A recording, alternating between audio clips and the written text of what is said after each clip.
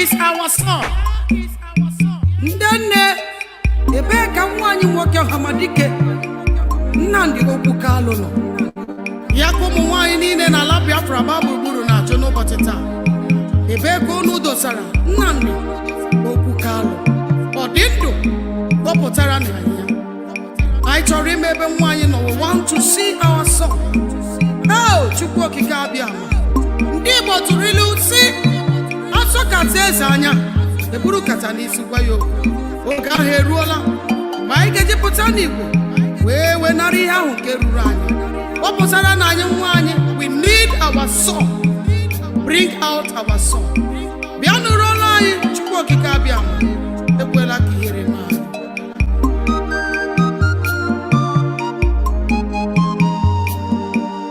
Bịa nụrụ olu anyị o.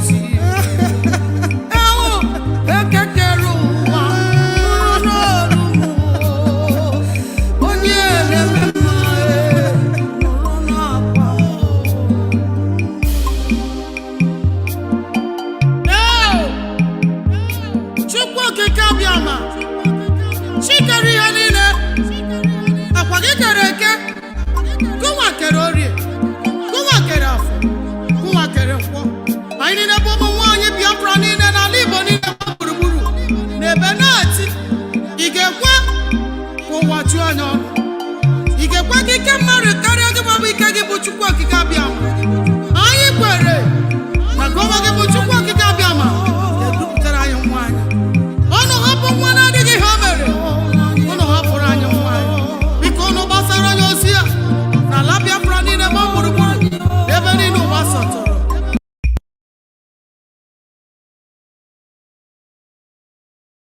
and Mike Osakom-san. Whenever the cabals and their sacked barristers Ifeanyi Ejiofor and Mike Osakom-san encounter IPOB hardcores, they feel as though they have to spend the whole time avoiding landmines.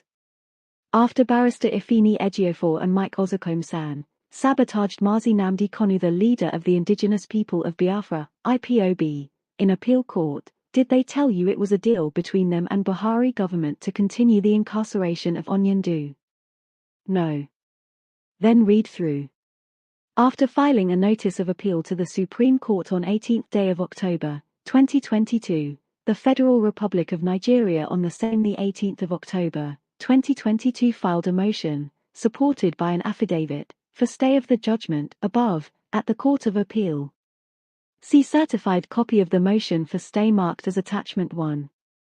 4. On the 21st of October, 2022, in their response to the motion for stay and the accompanying affidavit, Barrister Ifeanyi Ejiofor and Chief Mike Agbeda Abu Osakom-san filed a counter-affidavit of 5 paragraphs deposed to by Barrister Ifeanyi Ejiofor, and they also filed a written address listing Barrister Ifeanyi Ejiofor in the signature column as a counsel representing Mazi Nnamdi Kanu in the same case and matter in which he has deposed an affidavit.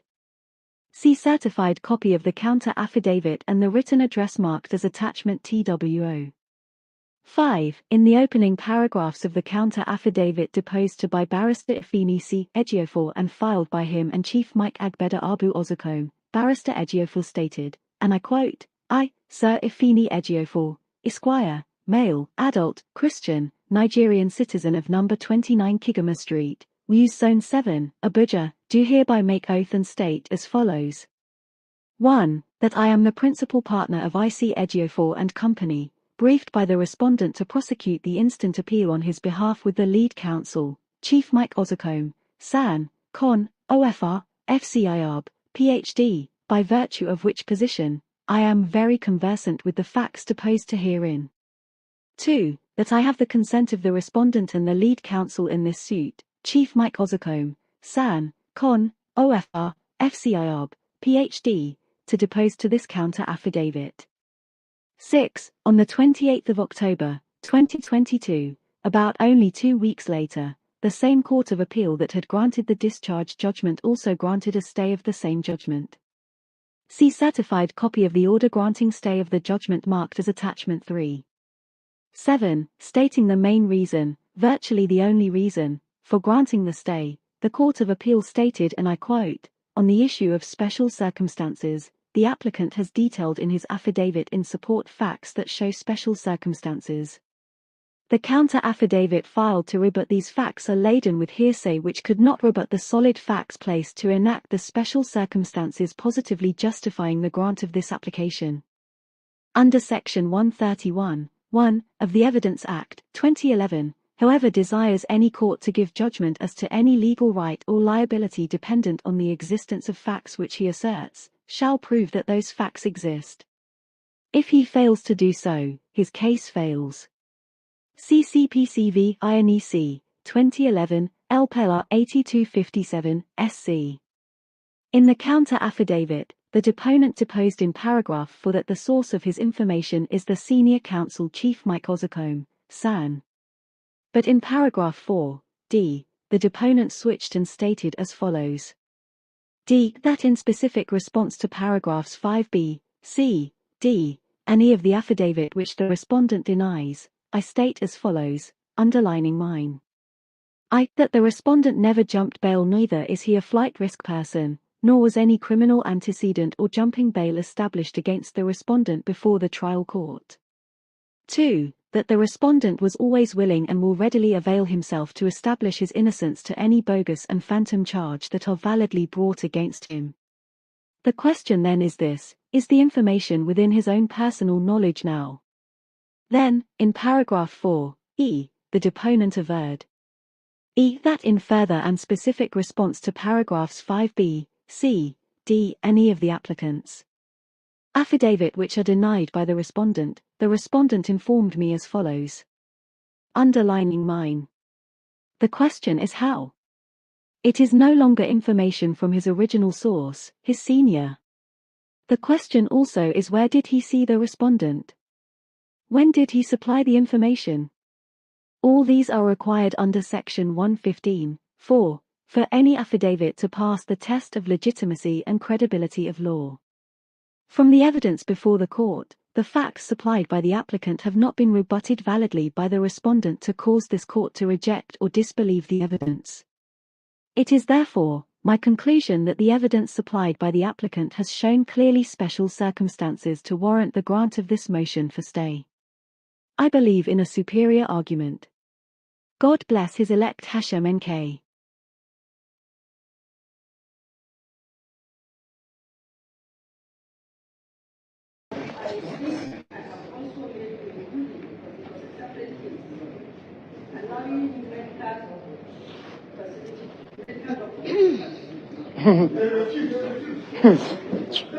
Have you come back to tell me that they refuse? Yes, my Lord. And the registrar will not sign the contempt application even if they file. It's a fact. Even this guy is afraid of them. He said I cannot sign it. Have you told me? No, this much you gotta sit down. So, the issue is this. Listen to me, Mr. Marshall. The issue is this. I make orders. You go and according to you, they do not forget you because others, you do not come back to me. My Lord, we will always come back to you. You come back to me. This is the court of record. You come back to me and that is reporting now.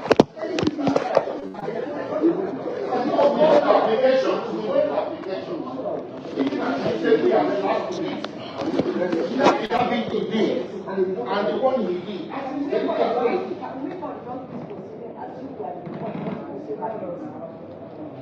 Can we conduct it as a court, not to say matters? When one person is addressing because others please keep your phone number. I specifically made an order granting me visitation. That's why I said the United States is not in this order from the beginning. I was not in the order from the beginning. I took over, I think, the whatever it is, I took over. If I make orders, those orders are not compliant. You come back to me. You made complaints about his speaking, I made an order. You made complaints about his bed, I made an order. Every complaint you made, I met you. I don't know. The last ruling I gave was on his medical, a judgment. And I made an order that is entitled to a medical report of his choice under the attendance. I didn't say supervision. In the presence of the government doctor, that whatever proceeding is conducted should be recorded and sealed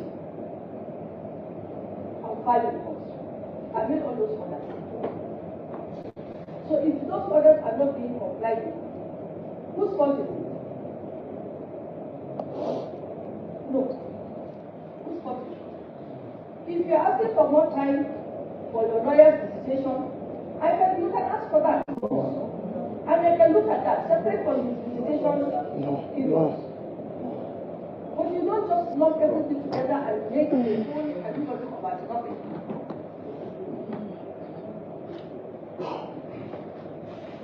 What is the way forward now? My Lord, yesterday, the young people at the physical come back. Please sit down. I want to sit down. Respect. My Lord, what I want, I have a problem. Want me to show you again? I've seen it. Hold on. These are the Yes, they are happy. They are representing you. No, I'm addressing it. These are the lawyers that are representing you. You are engaging them because you have confidence in the way that we conduct your life. So please, when they are conducting your life, give them the benefit of the doubt. I'm sure you just want to know. Please, when they are conducting your life, let us give them the benefit of that. When you go to see them, outside. Okay? My Lord, I recognize the fact that the law says prison custody or order safe place of custody. I participated in doing an application before you. This is the fact. You can file it at the court. Where we submitted a deposition that DXS is no longer a safe place of custody. That right there removes that exception to prison custody. We know they show it. All of these things are connected together. They are not isolated. Even the secondary and collateral applications we make, knowing our plight. No, there was even no contemplation of prayer when all these things started, leading to the point where we won 5 million naira. They used to strip us almost naked to our underpants. That's what led to the judgment, and after the judgment, they stopped that. And the Federal High Court was very critical of that. My Lord, there was no trial and contemplation, and these things were happening. They always claim protocol.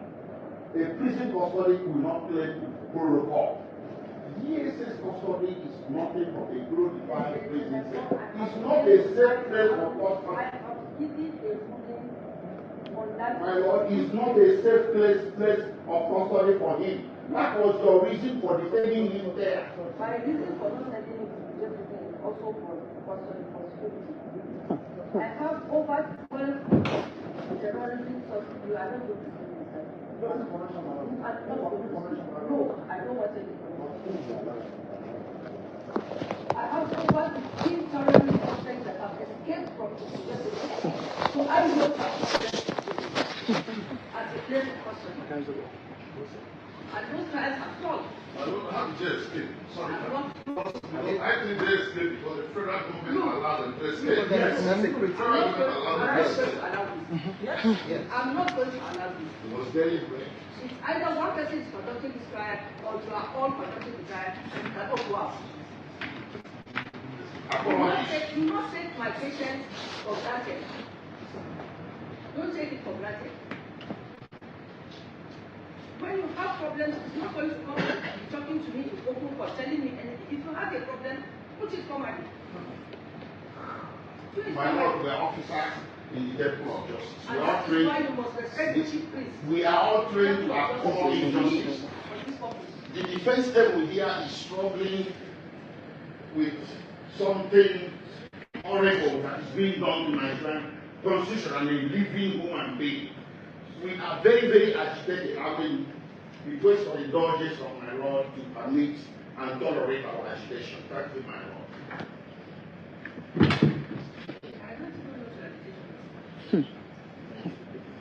What is your application? Agitation. My Lord, one, we are applying for a road order certified, and we are applying strongly for our client to be transferred to the prison. Which order are you asking? The one you made today, you made 2 orders. You refused our application, objecting to your jurisdiction, and you refused our application for jail. There are 2 of them. I didn't say any application of the I have this somewhere. I have this. We have a preliminary objection based on section 36, sub 6, B and C, which we moved on 26th February. Yes. Okay, let me assume that my Lord has no rules on that. Okay. I have. You have, I'm not seeing why you're saying I should refuse myself. we have proposed release So read it to me. in there. Read it to me. In this proceedings, the complainant responded, or the complainant respondent was seized and desist from her unconstitutional acts of A,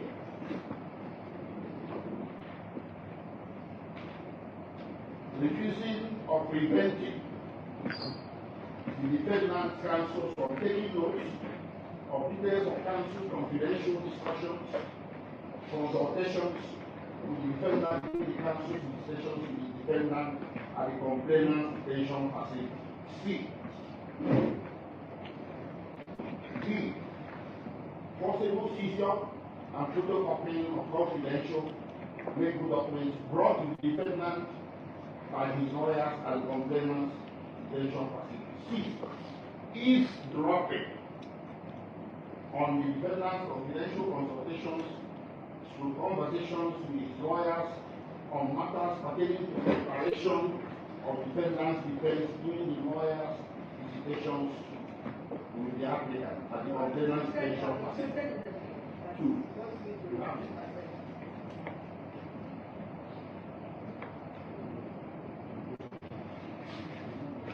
An order of this honorable court directing that before any trial can commence in these proceedings and while defendant is detained at the complainant's detention facility, complainant must forbear from any act that amounts to denial of defendant's constitutional right to be given adequate facilities for the preparation of his defense and to be defended by legal practitioners of his own choice. In the alternative, and in the reality that it is impossible for the complainant to dismantle her permanently fixed secret listening devices.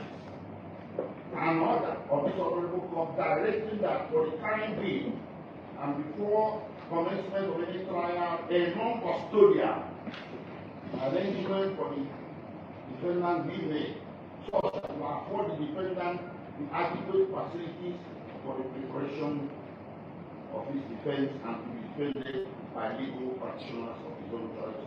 Pray and for such order and order. My Lord, as you can see, it's just about defending. That is entitled to counsel of his own choice, and that is entitled to deal with the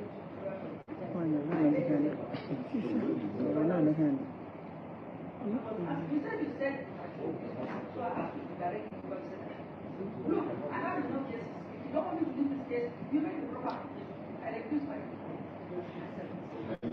Application. Managers here. The longer the short of it, they are already tired of it. But that is what they have to say. Different languages. Sometimes we speak multiple languages.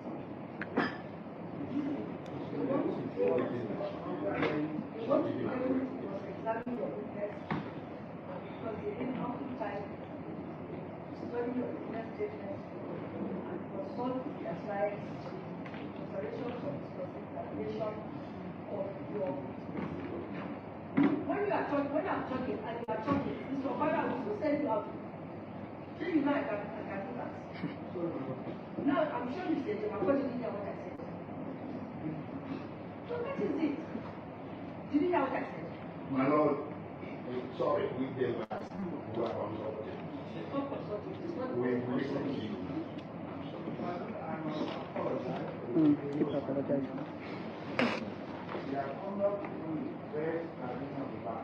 I am ashamed that they can be behaving like this in this court. I am ashamed. I will ask that they should apologize to you, individually and collectively. They have not behaved in the best tradition of the bar. The ethics of the bar does not allow you to behave the way you are behaving to my Lord this morning. I take a second to you. I'm still on my feet. I'm still on my feet. When I object, my Lord, because it's my Lord, I'm objecting as well. My Lord, the essence of having a team of lawyers is people can understand. I would have made it abundantly clear before this court that one of the challenges we have is that we do not have this kind of opportunity with our clients. How can we talk with that? My Lord, imagine, as though we bought a Siwaju's office or the Level 6 office, as though we took box here to listen to their conversation when they are prepared and working on this. What would have been the outcome of this case? We would have finished them. They have been listening to our conversation. We don't want them to listen again at this critical moment. That is what we are saying. They have heard enough. They've heard enough. Now we want to have our conversation quietly as the law provides that we can have quiet time with our client where nobody can listen to us. And my Lord, the prison has it because if you listen to people, they put a desk there, they give you gap. They give you gap. You can discuss whatever you want to discuss. At least, but in this case, you will see the cameras looking at you. Listen to me. What the direct secretary said does not go down. I will say it.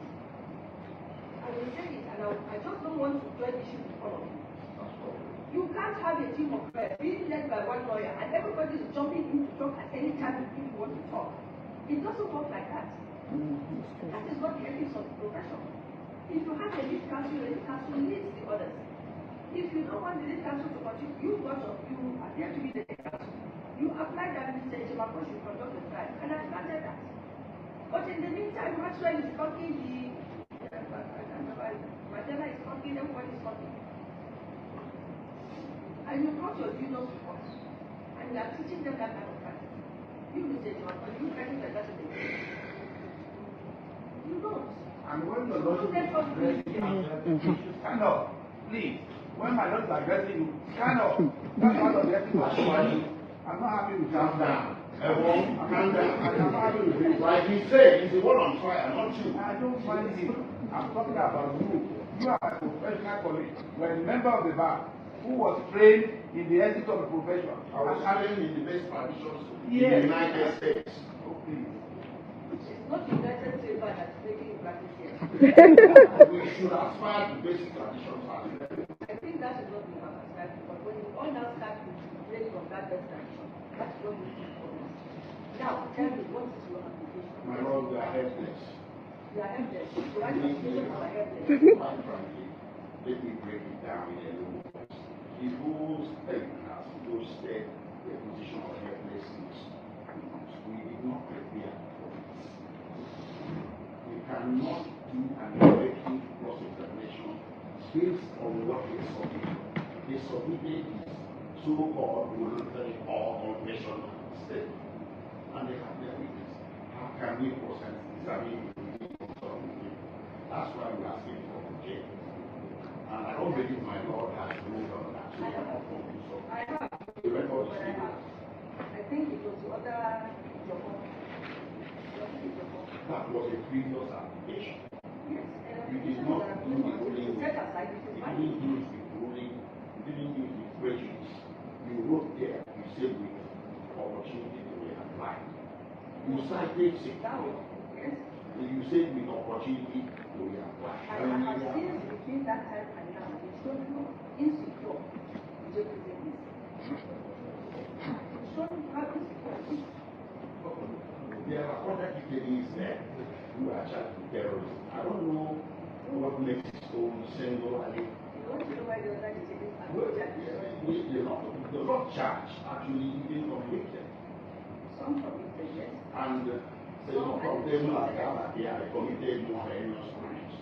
But what I said, I will be demanding that if you detain that the police they are pushing. And because of section 46.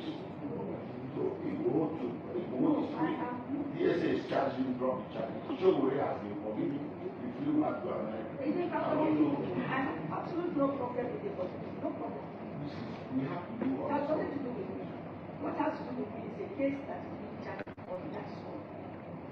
My God, Any extraneous political consideration, and I have no objection to it. What I'm saying is, once I have taken something, please don't let me do it. This is my 21st ruling. 21st ruling in this matter. And you know it. Your application now is my warrant. my Lord. You even wrote a letter to me. You wanted television, you wanted to record that, I brought all of them. What did you want to do with them? My Lord, we have been before this court for nearly a decade. We have never doubted your impartiality. But you knew that the Supreme Court doubted your impartiality. You read it. We did wrong again. I didn't see that. It was in page 19, 20, and 21 of Justice against concurring judgment. Give it to me. My Lord, they said it from pamphlet. That's not the only negative thing they said. But we stood it down. Tell me all We don't want my Lord to feel. But my Lord is overruling the Supreme Court. We just want to go on record. I am not overruling any Supreme Court. What is the Supreme Court say that I'm overruling? Bring It's it up. concurring judgment of the Supreme Court. My Lord, the reason we did not apply for the statement of faith was not to appear as law in it. We wanted to appeal to your discretion, your fresh discretion. As the Supreme Court said, he should have revoked his bail. Do you know what I would have done? Because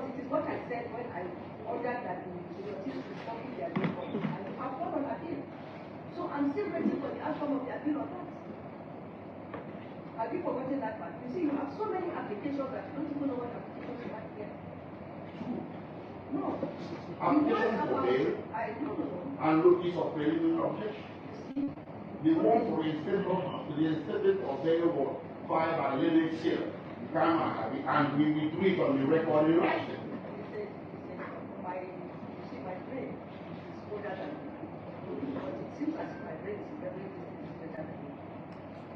I forfeited their bail. I asked them to come and show us why I should not do this. They came to court and said, we will not know where it is. Please, we want to be discharged from this condition. That was what they said. It's in the evidence. I said, okay, fine. I gave you my person to keep for him. You lost him. Because you have lost him, you must pay the penalty for losing him. Forfeited their bail. You went on appeal. They have still not forfeited the bail. I will have not heard anything from their report. But Mandela, if you don't see that, you and Maxwell will go out. You wait for them outside the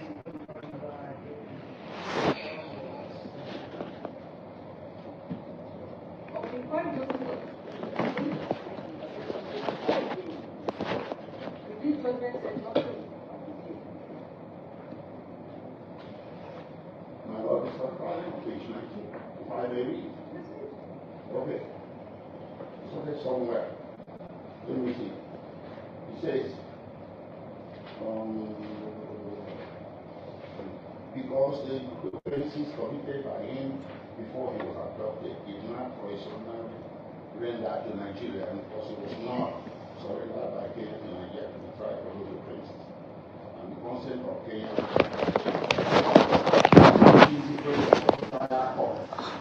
to this unlawful attack on the person of the respondent, extreme violations of his fundamental rights while he was in custody of law, pending his trial, render the impartiality of the trial judge suspect.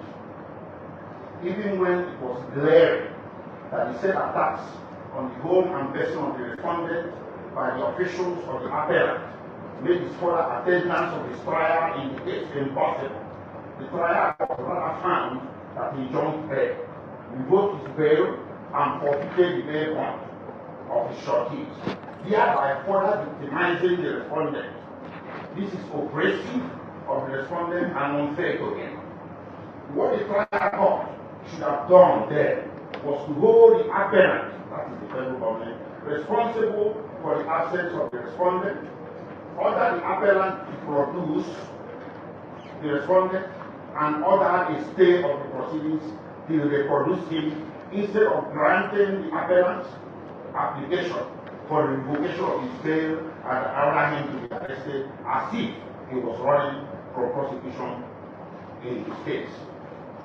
In purported execution of the unfairly obtained and illegal order of arrest of the respondent, the officials and agents of the appellant traced the respondent to Nairobi in Kenya, violated his fundamental rights, kidnapped, abducted, extraordinarily renditioned him to Nigeria without any form of extradition proceedings, without the consent of Kenya, in complete violation of the Kenyan Extradition Act and the Nigerian Extradition Act and the African Charter on Human and People's Rights Certification and Enforcement Act, Cap A9 LFA 2004, producing in court on 29/6/2021.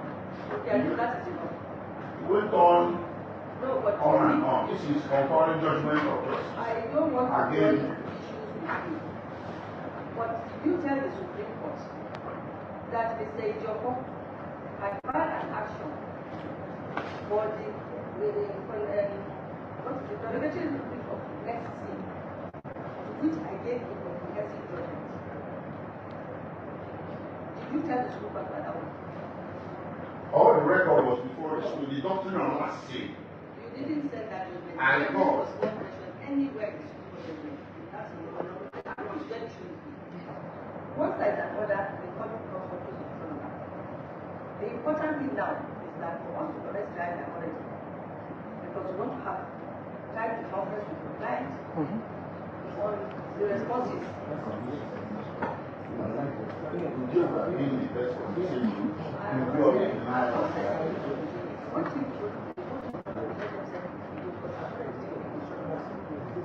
Anybody that talks to me that is going to go out. My brother has It's said, not going to be what I'm going to use because you have been disobeying me consistently since we sat here. we tend to appeal to them, my Lord. Can we get the enrolled brothers and five? It's really I have to Prayers we ask my Lord and Lord. criminal trials. Well, let us put on the record. It's going to be two. It doesn't stop. Look, there are two separate orders. Actually, three. It does not stop proceedings. Does not stop proceedings from continuing. I understand you want time today. That is what is saying all about. I'll give you time. One is all about time. That is the same. My Lord, But you said time. But your appeal, the next day I'm going to give you this time. It's going to be for trial. Any which way. My Lord, please, I cannot go into trial where something so blatant as a violation of a constitutional provision will be allowed to happen in your court. The law says, the Constitution says, you must give me adequate facilities. SSS is not adequate facility. It's there. Mr. Khan, you are not going to do it. Then, my Lord, please make authentic arrangement. People can just say something called house arrest. I can stay somewhere, maybe, I don't know, it's in Bangladesh or maybe in Kubu. House arrest. It's not everywhere. As long as it's not my house. I can be in a house arrest. It's not everywhere anymore. It's a political matter and they know they're wasting my time. Have you made any such application? We'll make it to them, my Lord. And please, my Lord, please, there's a big problem which you're overlooking. What happened to reasonable felon? What happened? Is that? No, but you are dragging me all over the place. The court, everywhere. Now they come prison, the whole world. You want to overthrow Buhari. Where are those things now? They are gone. They are just spoiling my name for no reason. Mr. Khan, you don't allow this case to go into trial. Because I will not allow those by my court because I cannot be relevant to the trial without my right being protected. It cannot happen. Okay.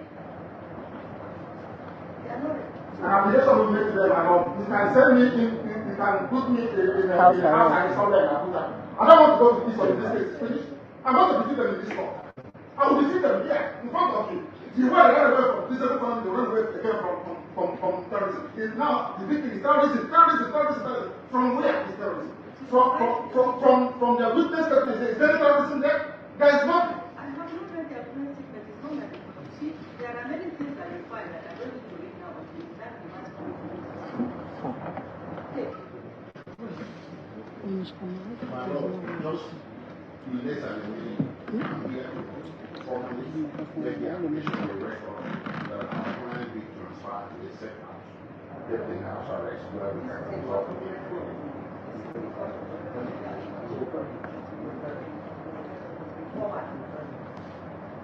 You see, when I see these things, it means I have sacrificed some other cases to accommodate you because I always accommodate you. Mr. Khan's case, particularly because we are both Liverpool fans. So I give you that special any day that only the days that Liverpool will play with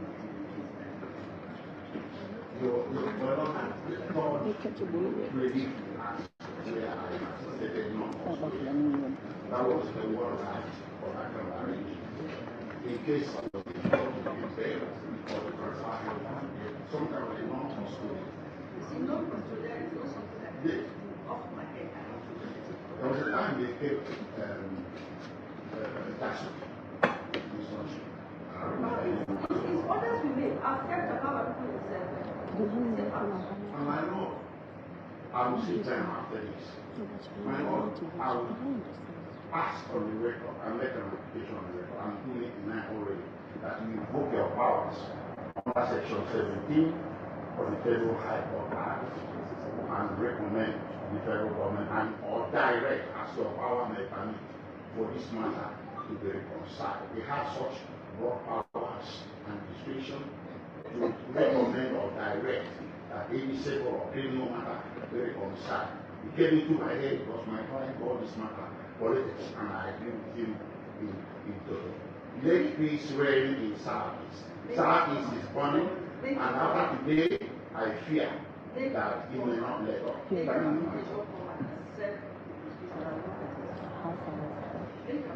Very well. Very well.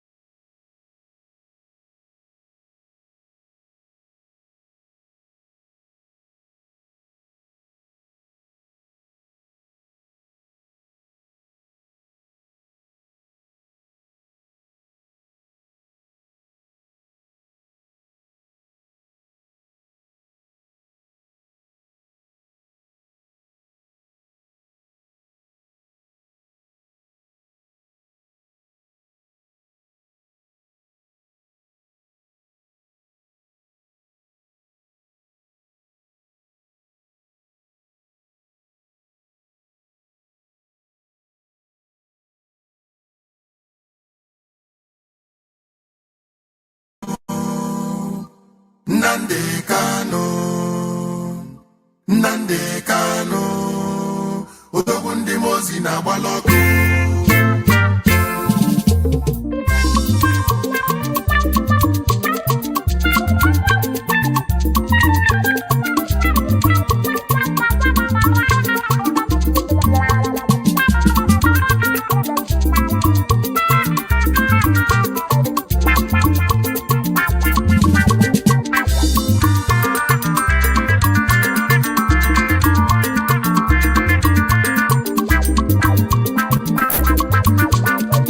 Chukwuka na-ekwu okwu, Obinigwe na-ekwu okwu, o nwere ife gbalụ Jehova ya lee.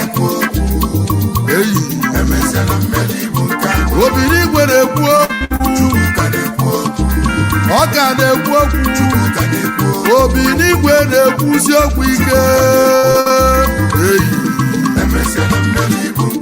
Nnamdi Kanu, odogwu bili, eze ndị Igbo gburugburu. Nnamdi Kanu, ọchịagha ụmụ Igbo, odogwu Biafra bili, odogwu ndị mozi na-agbala ọkụ.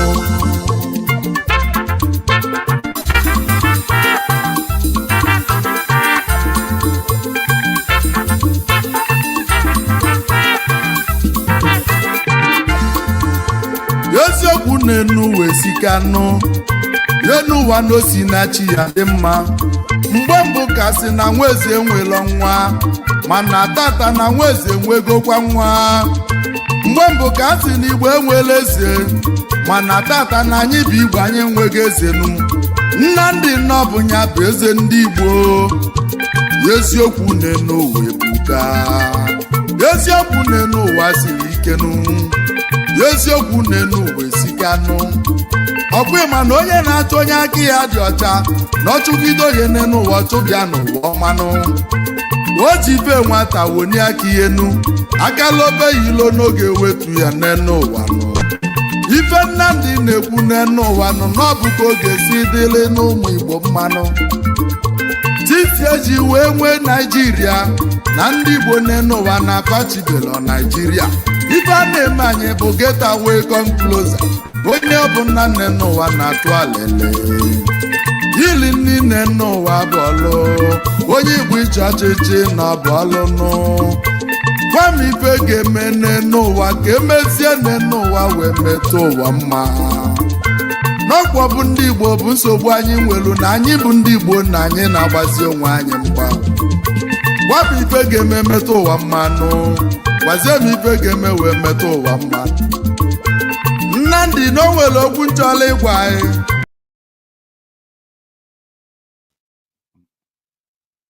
My name's Mazi George Izuchukwume. I reside here in UK as one of the principal servants of indigenous people of Biafra here in the United Kingdom. And today is the 23rd year of our Lord, March 2024, and is approximately 15 minutes on top of the hour here in the United Kingdom. This evening, like I rightly said on the flyer, it's going to be a little bit of a marathon this evening. The outcomes of the court proceedings at the Federal High Court on the 19th, and the voice of the lion himself. We're definitely going to break them down into a layman perspective. And I have with me in studio here the Italian National Coordinator, Mazi Obichukwumadogro, which I'm going to bring him in a nutshell. Before I bring him in, just want to give my monologue before I move forward, just to show you the background of what we are going to do this evening. This evening, we are going to throw light on what outcomes or what happened. Excuse me, the proceeding itself, we have the audio, but presumably I wanted to play it earlier on, but I said I will do it probably tomorrow. I will stream it again on all our platforms, social media. Now, for this evening, what we're going to do this evening is very, very simple because we have so many questions, especially on social media, which is the platform for everybody to air their own personal views. Now, our Biafra Radio is there to avoidance of doubt. This is Alpha Power Media. It's subsidiary, but it's not our mother station, which is this is where we lay things to bear to a layman perspective to ourselves. They call critical analysis. And I happen to be the one anchoring it. Now, this evening, I'm going to give you a background of what has transpired within the legal team of IPOB. And I will detail it to you from the onset, which I've done a couple programs in the past. But because of Onyendu have spoken, which the whole world can attest to it, there's so many things that happened in the past, some of us has forgotten. But I'm here this evening to remind you. The purpose of this program probably is going to go up to 2 hours. I don't know. Like I said, I'm going to bring Mazogro with me here. So I will indulge you to share it. There are some people, they don't share the program. They don't click. They watch it. We understand how all this thing works. It doesn't bother us. But the most important thing is that the message has been sent out. This message is going to the both sides of the aisle. Those that are with our guest Mazen Nandekano, if you found yourself being an autopilot, if you choose to be an idiot, if you choose to be underdogs without knowing who you are, then I'm going to educate you a little bit tonight. And I'm going to remind you, I will backtrack a little bit to show you what has transpired before, because we are, how people thrive in life or countries, civilized world build is that they always fall back to the case studies. So in IPOB, before we do anything, we have to fall back to the case study of IPOB 2015, 16, 17. You cannot get away to do anything in IPOB without referencing what happened back then. And nothing has changed. So far as I'm concerned, and as it may be, some of you that had Mazen Nandekano's voice and see him physically, which I'm going to explain tonight to you, because I know some of you are very, very naive. I'm going to be very fair tonight. So tonight is gonna be like fun. I'm gonna have fun, laugh over things, because most importantly, our leader is not the best shape, not in the best position, being confined in DSS dungeon. It's going to June now is going to be 3 months. It's going to be 3 years that our leader has put behind bars under solitary confinement. So the purpose of this particular program tonight is to clarify a lot of doubts and some confusions, and people that are assuming. The most dangerous thing in the world is when you assume. Assumption is the mother of all, killer, because this is what has been going on for the past 3 years. People has been lied against our leader. They don't want him to speak to the press. They have strived for information. Those that are doing it before, they were thriving with it. But the case has changed. So now we are here to help you and educate you a little bit. So what I'm going to do, I will bring Maazị Ogro in for him to introduce himself, and before I start what I want to do. Maazị Obichukwu Mmadụ, welcome to the studio. Good evening from here. Ndewo Maazị, introduce yourself, please. Ndewo Maazị Ume. Ndewo Maazị. May Chukwu Okebiama bless you abundantly. Ndewo Nwa Chineke. Thank you. Welcome you to the studio this morning. Introduce yourself. Biafra need to know who you are. Good evening, fellow Biafrans, lovers of freedom around the world. My name is Romanus Obichukwu Kamado Ogro. I serve indigenous people of Biafra in the capacity of National Coordinator of Italy, under the leadership of Mazi Nnamdi Kanu, no any other person. And we are here tonight, as our uncle said, Mazume, we are going to educate some people who have chosen to be on the fence, and those who think that they have known it all. But unfortunately to them, they are even at the back door. They are not even in the room. So stay tuned. Yeah, Mazi, thank you very much for that. And before not wasting much of our time, now, before I start to play some couple audios on the part, because I had some questions. People has asked some fundamental questions, and I put it up the other day on my personal Facebook page, and is George, and some people were asking questions. There's some extension I want to make here tonight concerning the Lego team. It's not wishful thinking. And we saw the difference between the 26th of February and the 19th of March. And you could see the gap and the space of time that we actually have time when they adjourn the case in court. Now, that's something I want to specify here to some of you who do not know. Now, Onyendu was brought back in the zoo on the 29th of July, 2021, and brought to court without Onyendu having a lawyer, we could put it that way, and he was arraigned. And again, they adjourned it to the 21st of October 2021, and that was the time Ejiofor actually met Onyendu.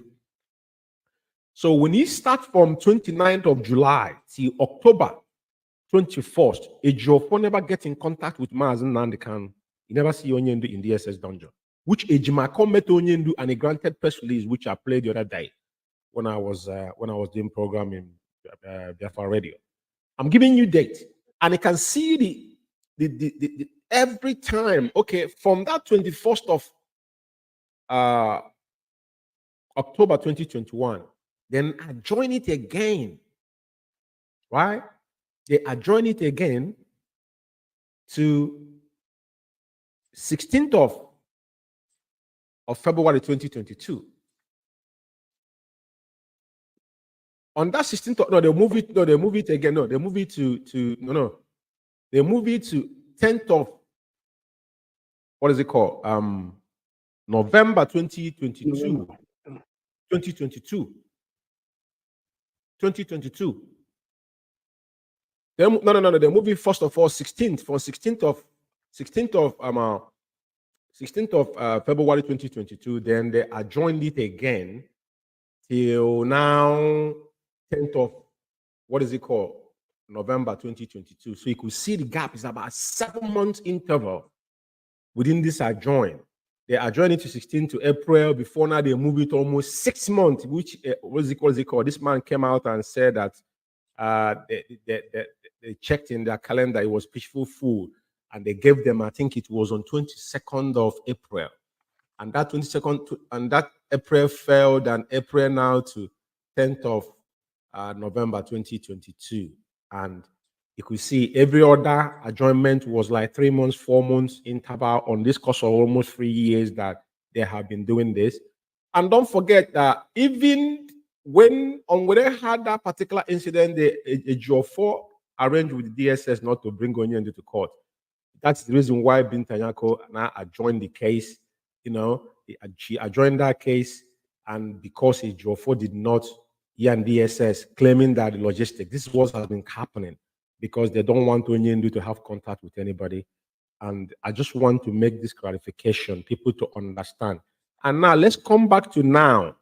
Since Ejimakor become the lead counsel of Onyendu and IPOB, and we have a case on the 26th of February. After February to 19th is barely 4 weeks, right? Now we have appeared on the 19th. All the things that happened, we know the story which we're going to talk about. Now they have now adjourned it to the 17th of April, which because of the Easter holiday, and arguably you could see the gap and the difference because none of us has had any argument in the court. What has been happening all this while is that Ejiofor was doing it and Ezekome came in and joined the force. All of them was working in the part of the zoo. That's why Ezekome said that he wouldn't want to disgrace, he doesn't like to disgrace a fellow lawyer. And I don't understand how you would make a such comment in national television and you call yourself a son. When you found flaws from your opponent, why would you now don't use it against that individual? And we'll talk about the award that he got from the so-called dead Buhari and all that. So we're giving this background. I'm laying this background for some people to understand. And now, before I'm going to move to what I want to say, and now I want to answer the question of the people asking. I want you to mention one case that the Ejiofor and Ezekome won. The one they won, they violated it because they stole it, and the reason being, which I'm going to tell you the reason why that particular case was stole. And based on what? Based on extraordinary rendition at the end of the day, because the Ejiofor didn't even understand what it was. Now, the cases that have won by Aloy Ejimakor, which is there for you to know, even the Americans, they quoted it, even Bruce Fame. African Union, 18th of March 2018. Aba High Court, 19th of January 2022. Federal High Court, Omaya, 26th of October 2022. Enugu High Court, 26th of October 2023. This is event that happened now. Not that Ejimakor was suing the Nigerian government for burgling his house. No, these are cases that won, that is out there. And Onyendu was awarded money on all this, but it's not the money we're talking about. We're talking about physical things. I said it from the onset. It is not about competition. Ejimakor and Ejiofor are not equal. And those people that claim to be Sam, all these things are ceremonial because Ezekome himself don't even know what he was doing. Don't get me wrong. He was paid $80,000 and at the same time he sold to Buhari. Now, Ejiofor said that I want to read a paragraph that I had something I want to read here. He said on his own writing up, I think on paragraph 8, he said, it should be noted that I have provided diligent and pro bono professional service to mean that he's been working for IPOB. I will use it for free or charity. For IPOB, service to member of IPOB Peaceful Movement, and I have repeatedly challenged anyone who claim otherwise to provide evidence of payment for my legal services, but none has been presented till date. Ejiofor, and after this, because I made a program before you wrote this junk, up to now, I have not come and told us, Ejiofor, did you receive $19,000 from Bia Foundation? You have not answered that question. And to be clear, Ejiofor never has he got any IPOB member out of prison without being paid for. It was state managed. What was happening that Ejiofor, our people will be arrested. Ejiofor is one bargaining with the so-called judge and DSS. At the end of the day, this money, just like they're saying that they're paying 500 million, whatever, anytime Onyendi come to court, they're sharing the money. That is how he got it. Onyendi said it open that they arrest our people. They is on ransom. We've been paying ransom. It is not that they won't case in any shape or form. Because Ejiofor, can I remind you, because I want to make it clear, what about your cook? Where is your cook? If we may ask Ejiofor, DSS, your cook Ejiofor, Ugochukwu Lawrence, is still in DSS dungeon. He could not get him out, and he's talking about getting IPOB members out. So I just want to remind all this thing here before I'm going to move forward. Another thing again, because the reason why I want to clarify is I want something's going to hold me up. And something you must know, because when people talking about Ifeanyi Ejiofor sworn an affidavit, yeah? There's a particular, and I have it on audio, I'm going to make it available for you guys to read, especially all this cabal, you know what I mean? And it is very, very succinctly put on this particular press release. I call it IPOB press release because if you go in opening paragraph of the counter affidavits, deposed by Barrister C. Ejiofor and filed by him and Chief Mike Aboda Abba Ezekome Barrister stated, and I quote, I, Sir Ifeanyi Ejiofor Esquire, male adult Christian Nigerian citizen of number 29 Kimowa Street, Uso, Zone 7, Abuja, do hereby make an oath statement following that I am a participant, I'm a principal partner of IC Ejiofor and Co. Briefed by the respondent to prosecute the instant appeal on his behalf with the legal counsel, Mike Ezekome.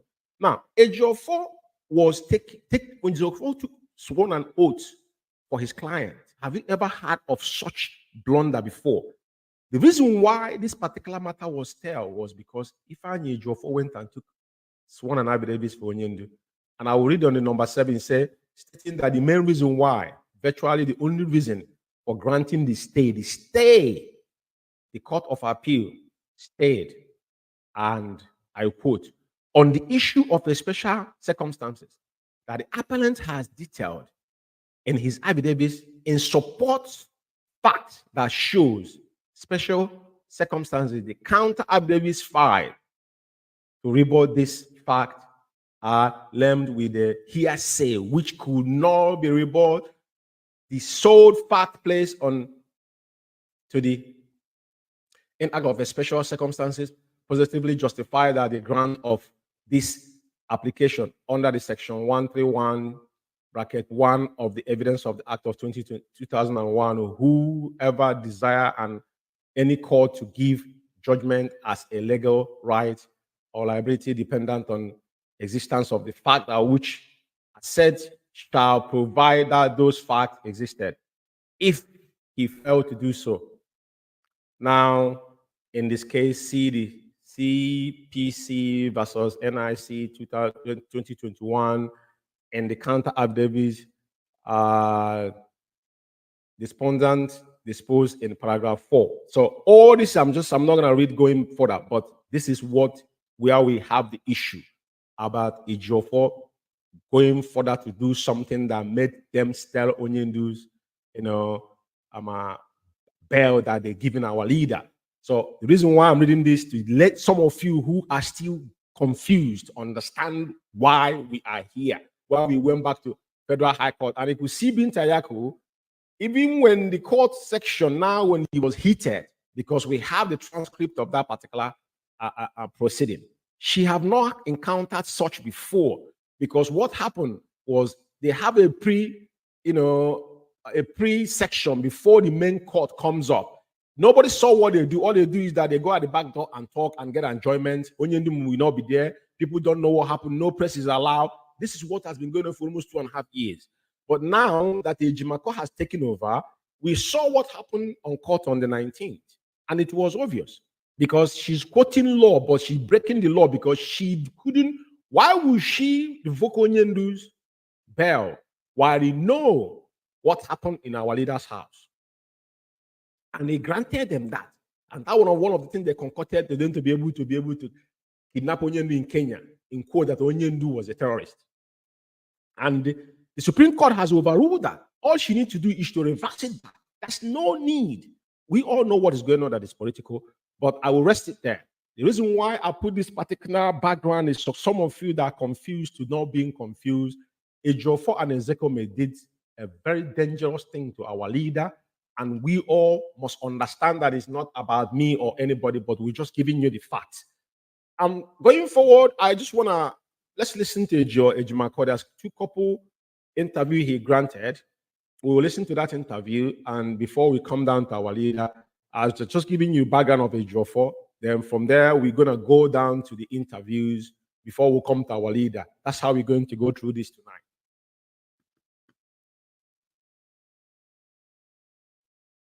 National.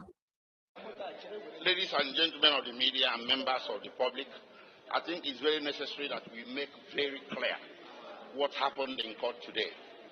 We do not want to call it a travesty of justice because of the respect we have for the judiciary, but we are utterly disappointed that today bail was refused. On what grounds? The Supreme Court on 15 December criticized very severely the revocation of Mazi Nnamdi Kanu's bail. In several pages, which we are going to make available to the media, at pages 19, 20, and 21 of Justice Agem's judgment, he even suggested that the impartiality of the trial court in revoking Nnamdi Kanu's bail is suspect.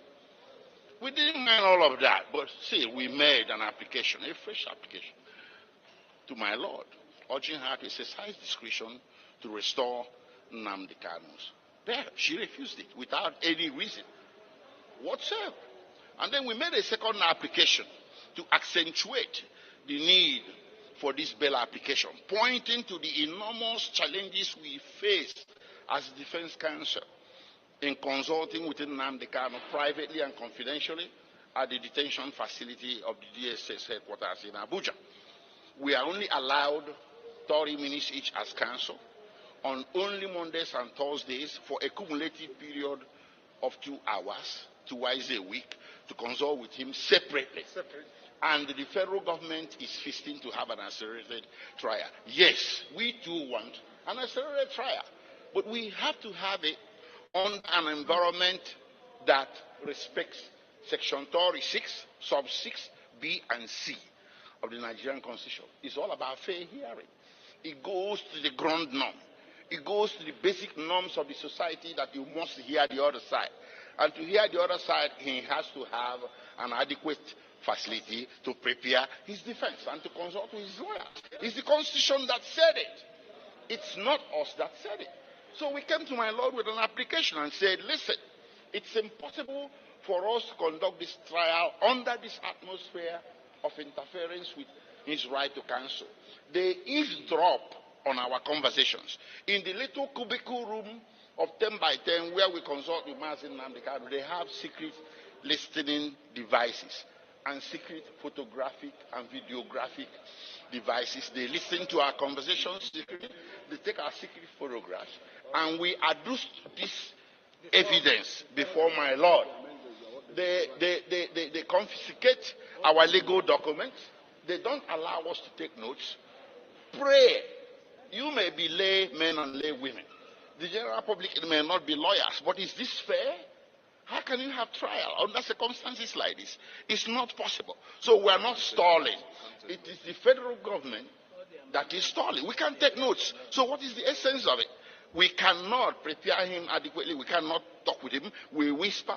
We put our lips to his ear. We talk sotto voce, and so on and so forth. So this is the essence. This is what happened in court today, where justice was turned upside down when our two applications. Yeah, this is very, very important that we listen to our lead counsel because he's passionate and he's very professional on his approach. And the reason why I know a lot of people, this is online, people are listening to this, but it's very important we analyze it because that's exactly what we say. What we saw is travesty. There's no justice. Even Bintayako in herself, we have the transcript here. We're going to stream it later. But at the end of the day, there's a different, dimension that things went that she has not seen before. It wasn't as business as usual. Everything has been scrutinized and questioned, and has made it abundantly to the press. And this is the interview that they granted immediately after that court section. And I'm going to play the interview that he granted again with AIT. Thank you for joining us on AIT. It's my pleasure. Report. Thank you. Now, quickly, is Nnamdi Kanu trying to work the system, the judicial system, by impressing his relevance on peace in the Southeast? Yes. First of all, we're happy that for the first time since he was renditioned in 2021 and detained, yesterday was the first time he had a full opportunity, ample opportunity to speak to the media. It's Billon's lawyer speaking for him. So it was the turning point. The next big thing that happened yesterday that he spoke to.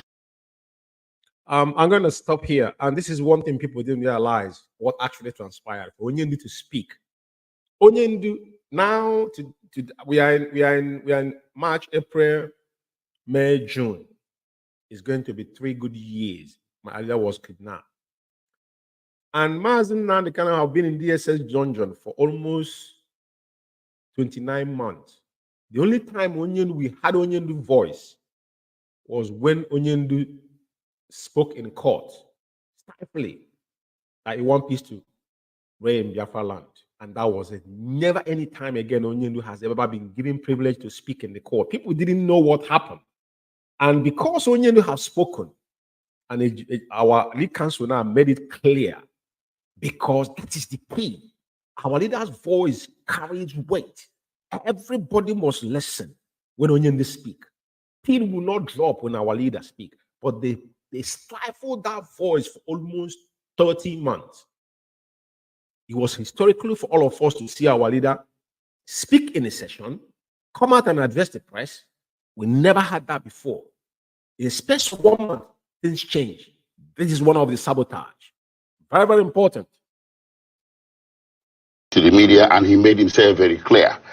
And I'm happy Nigerians listening to him, and they've heard what he had to say about insecurity in the Southeast, which is key to what happened in court yesterday that made us very unhappy.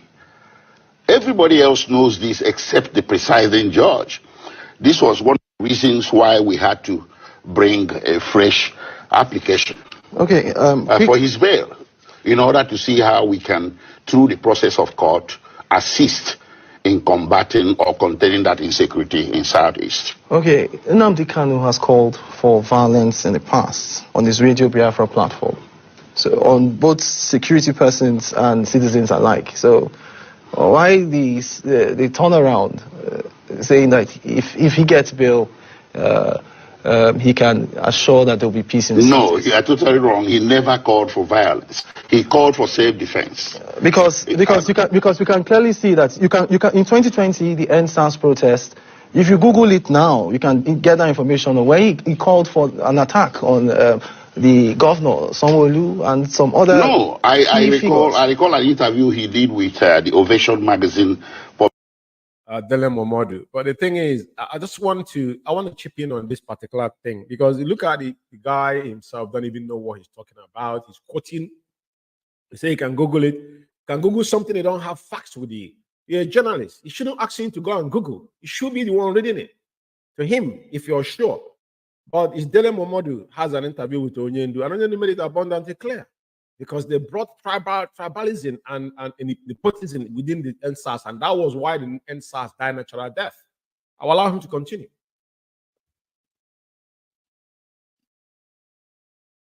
Publisher, what's his name again? Ovation magazine publisher. That was an interview he did with him. I remember his name before we finished.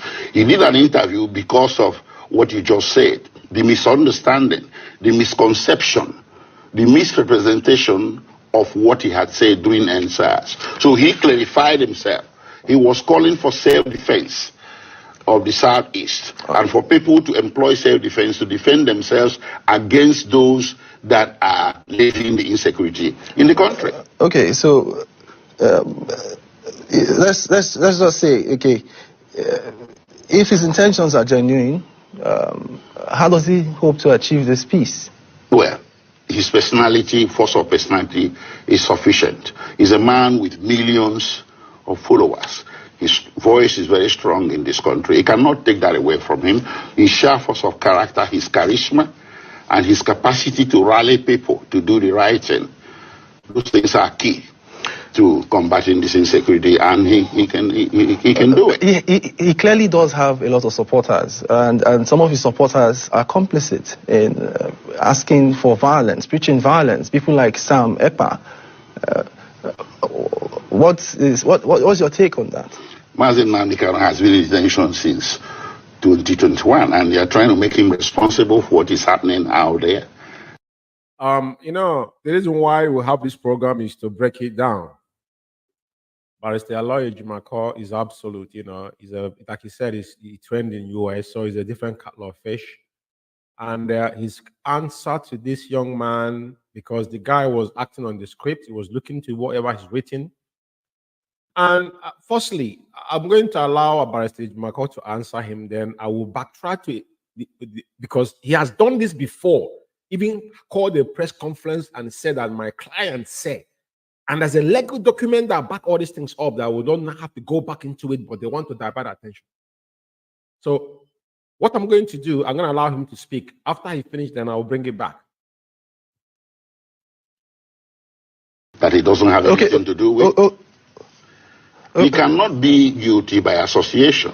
Okay. Let's get back to the beginning. And As he's incarcerated now, hold on. The people that you assuming to be his supporters, some are genuine, some are not. Some are credible, some are not. You cannot attribute anybody to Mazi Nnamdi Kanu that stands to say he's a supporter. Okay. There have been violence. There have been violence perpetrated in the southeast, and there have been links to his continued detention.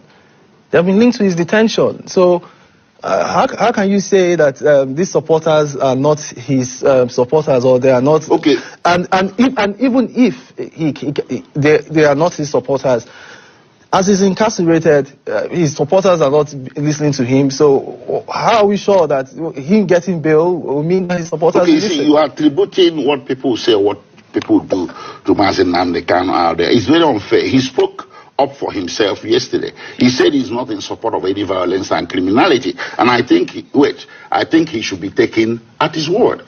The witch cried at night and the baby died in the morning doesn't necessarily mean that the witch killed the baby. So if somebody says, I'm involved in violence because I'm Nnamdi Kanu's supporter, you take it at face value, it's unfair and it's being disingenuous.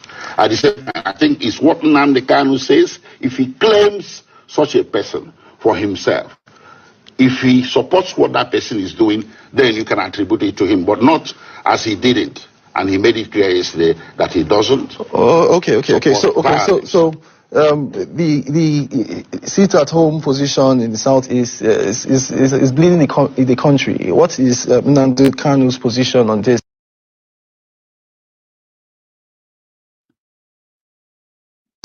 He did not speak to it yesterday, but there's something you need to understand. There are millions of people in the Southeast that are not happy with Nnamdi Kanu's detention. It has gone beyond IPOB. The entire Southeast is roiling. Igbos are not happy.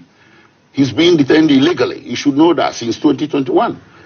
Millions of people are not happy, and if they react by sitting at home on Mondays, you cannot go and drag them out of their houses. In the past, he had made it clear to the public that he no longer wished anybody to sit at home for him. But if people volunteer on their own to sit at home on Mondays to put pressure for his release, you shouldn't blame them, and you shouldn't blame Nnamdi Kanu either. It underscores his popularity, and it also underscores the manifest injustice that has been done to him. So he doesn't support Nnamdi Kanu. He doesn't support Sam Ekpa. Is that what you are saying, that Sam Ekpa is not his supporter, and he's not a supporter? This interview was scheduled impromptu, and I had to rush to come in here. I didn't come in here to discuss Simon Ekpa and Nnamdi Kanu. I thought Okay, fine.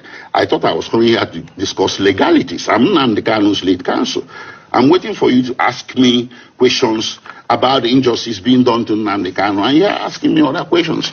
I don't think I should. Yes, a very professional. Ejimako is, like I said, that is the best thing that have happened to our lead counsel. Now, I'm going to start with this particular memo. For some of you that are naive, and some of you who doesn't know our leaders' modus operandi or IPOB. I said we cannot do anything or talk about anything without referencing what happened on 2015, 16, 17, 18. That is our case study. On this memo that is official, Nnemeka is still there. It's still in our illegal counsel. It's official. He says the number one to do to DOS, Directorate of State, Administrative of IPOB. He said DOS is forbidden from responding to Simon Ekpa no matter what, full stop. I was looking for, I think I have that written note, which everybody knew about the written note. I had it, but I think I mistakenly, I didn't put it on the studio. I didn't put it on my files here. I'm not going to search it because I just brought my iPad out. I'm not going to go into it because I know everybody knows. But I want to address the issue of Simon Ekpa before Onyendu. Onyendu is going to talk about, Onyendu never mentioned anybody's name, but because this is what they want to run with. Even the Simon himself, themselves try to overrate themselves, but I'm going to break it down tonight to a layman perspective, like I said. Now, Onyendu have got nothing to address personally to Simon Ekpa. That's number one. And the way Ejimako treated this, Ejimako, I have interview, press conference Ejimako passed when he went and actually, when he brought that particular written note, gave to Simon Ekpa refused to follow the instruction from Onyendu because Onyendu ordered him to go to his platform and say what he asked him to do. Simon never did it. That is where, by that time, period of that time, we were after Simon because Simon actually come out to challenge our leader. Simon has no legal, he hasn't got any duty of care within IPOB because he's not a member of IPOB. He's a Biafran and he's doing what he's doing on his own. But because he was begging, he was holding himself, on the bandwagon on our leader. That's why we have a problem mentioning Mazi Nnamdi, which is still doing fundraising. Mazi Nnamdi picture has to be there. Now he have disassociated himself with Onyendu. But what I'm saying to you this evening is this: Onyendu will never mention Simon Ekpa. Even if Onyendu come out tomorrow, go and mark my words somewhere. Simon Ekpa overrated himself. Onyendu will come to Finland to see him as who? This is the things. This is where he messed himself up as well. And when it comes to legal team, he has got nothing to do with the legal team. Very, very important. Is here. And the written note Onyendu sent to Simon, Simon never acted upon it. Onyendu made a general statement. And I thank God that our lead counsel addressed this guy. It's very, very obvious. Now, I'm going to allow Onyendu to speak, and before I will continue to narrate this. But I want to remind you where Onyendu have treated this issue. To Nnemeka, to DOS, to IPOB, because anything that comes to DOS go to IPOB worldwide. It's a message to all of us. Before this memo was made public, it was directed to DOS. Before DOS cannot manage themselves. That is why the official document that was sent to them made public, because they could not act upon what they've asked them to do. The reason why this memo came out to public is because of Chike doesn't fail to do what he's supposed to do. Now, Onyendu made a general statement. You don't need to section because including Simon Ekpa, that is claiming that his Onyendu's disciple have disobeyed Mazi Nnamdi directly. Because of that written note was sent to him by the lawyers. He confirmed that he communicated with them. Very, very important. I want you to understand where we're coming from this evening. That's why I say I'm going to break it down to a layman perspective. This time, nobody, like Takano said, you cannot steal from somebody that is looking. You can't do that. Not anymore. That's no, you can do you or whatever you're doing, but not under Mazi Nnamdi name or legal team. It's not going to wash. I'm going to stop here now before we bring our leader's voice in. Very, very important that we all understand. And I'm going to bring Onyendu because I have a lot of things I'm going to flash on the screen anyway. Let's listen to Onyendu because it's very, very important. Fast food, yes. I'm not relaxed until we get absolute and put in. I'm not relaxed. We know the law. My team here, they are more than perfect. They know what to do, and that's okay. Those people that were didn't know Onyendu's body language on the last court, They are not saying anything. Mazi, you know, I want. This is where you come in now. Yeah, Mazi Ogro. Because once Onyendu finish talking, then I'm going to bring you in to give your own perspective. Now, I want us to read our leader's body language here and what he said to the legal team. And this is the first time we see Onyendu actually have that communication, you know, within his legal team. And see his sincerity, not being barricaded or lied to. Very, very important. I want you to understand those that were in his body language when someone wants to choke his hand, they are not saying anything now. They are not talking.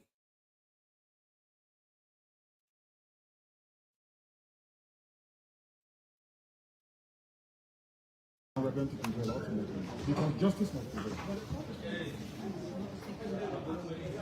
He's still in the door. The court also will give you a woman from Southeast. They are using it to do a statement against SSS. I don't see it.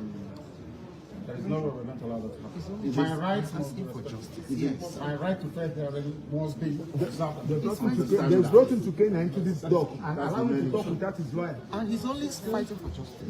Yes. I have congenital heart failure. Congestive heart failure is called. From the medication, you can tell.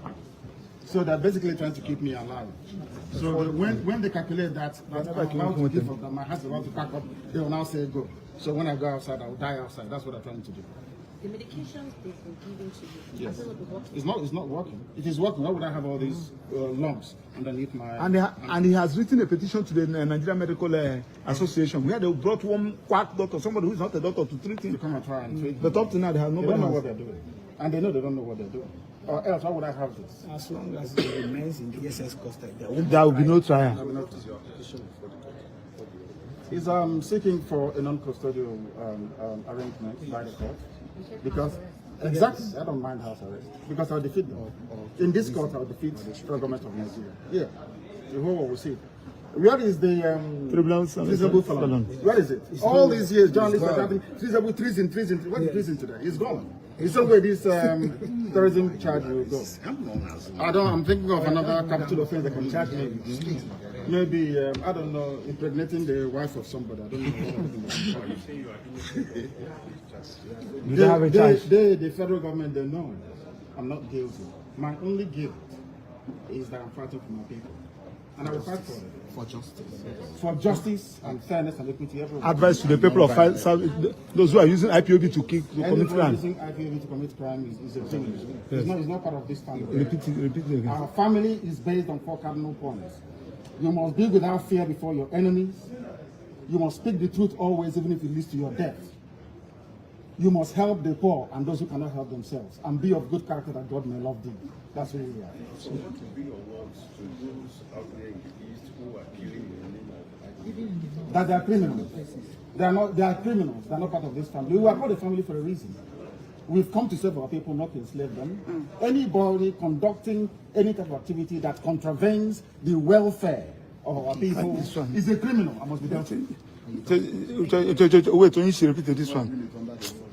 Anybody who is involved in any form of criminality, any form of violence or subversion in the name of Biafra is not part of this family. Our family is noble. It's called IPOB. It's all over the world. So you condemn anything that has to do with killing in the Southeast? Why would I kill violence? People have sacrificed my parents for them. Why would I want to kill any other person after that?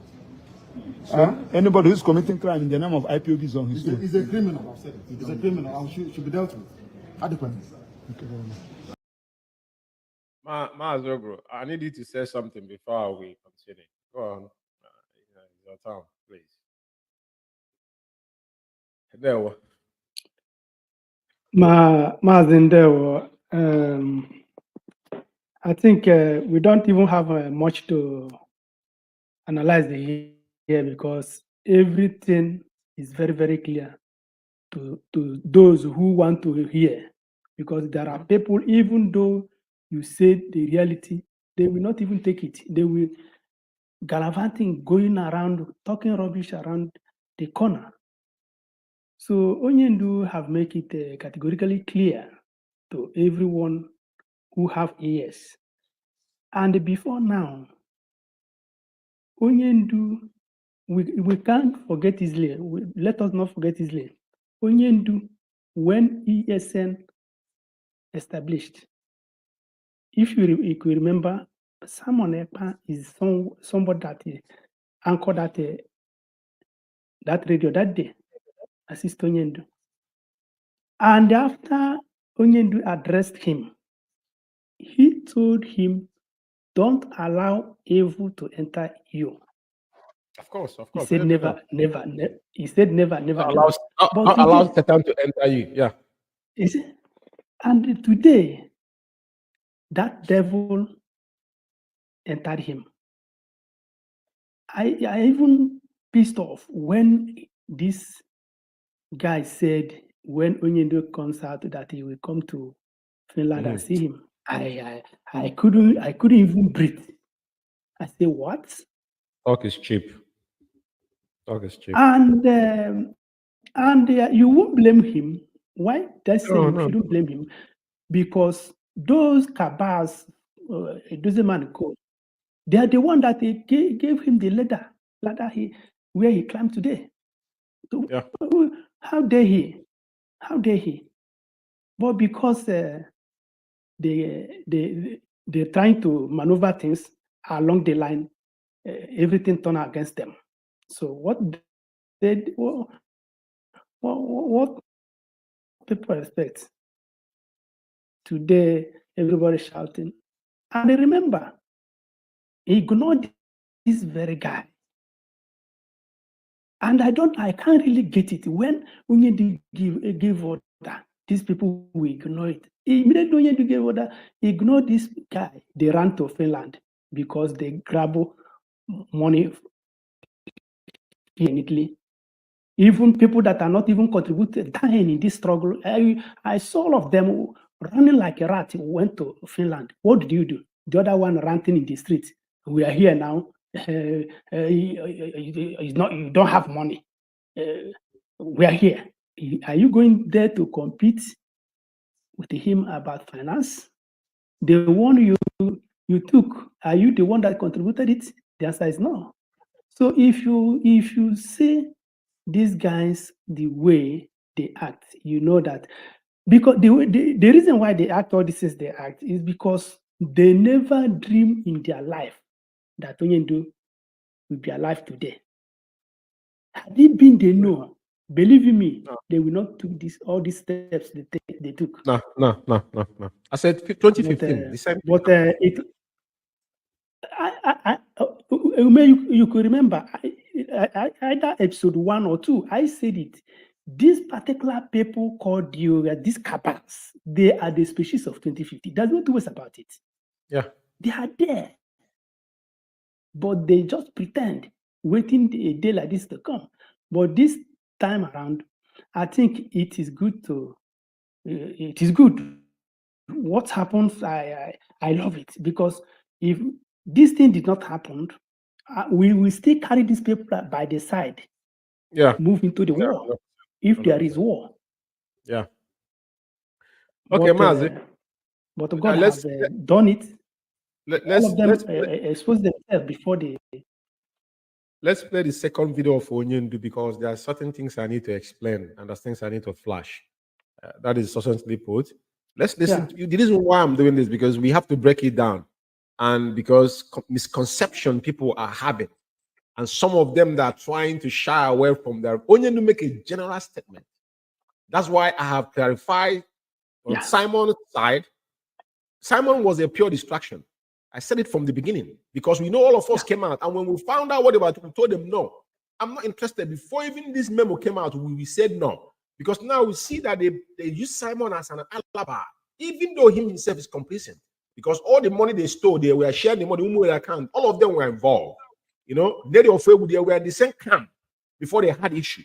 We all know it's clear. There's nobody to convince us. We know what happened. So we don't want to mention his name, but the reason why I'm saying it tonight, because of what has transpired, and there's something Simon Ekpa tweeted today, which I'm going to show on screen here, with the concluding the video. Now, I'm going to play the next video of Onyendu now before we start to analyze the whole thing altogether. Then why would I want to kill any other person after that? Anybody who's committing crime in the name of IPOB is on his He's a criminal, I've said it. He's a criminal and should be dealt with adequately. Thank you. Okay.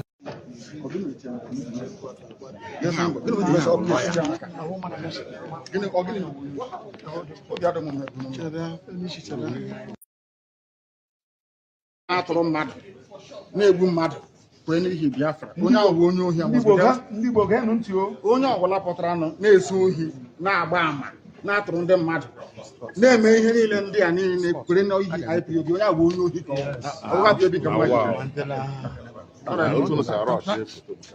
we are here to fight for freedom, for justice, equity, and fairness. That's what we're fighting for.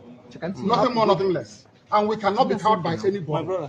We are without fear before our enemies.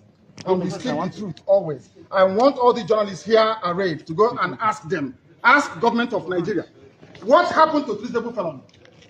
Where are those charges today? From 2015. They have just disappeared because they have no evidence against me.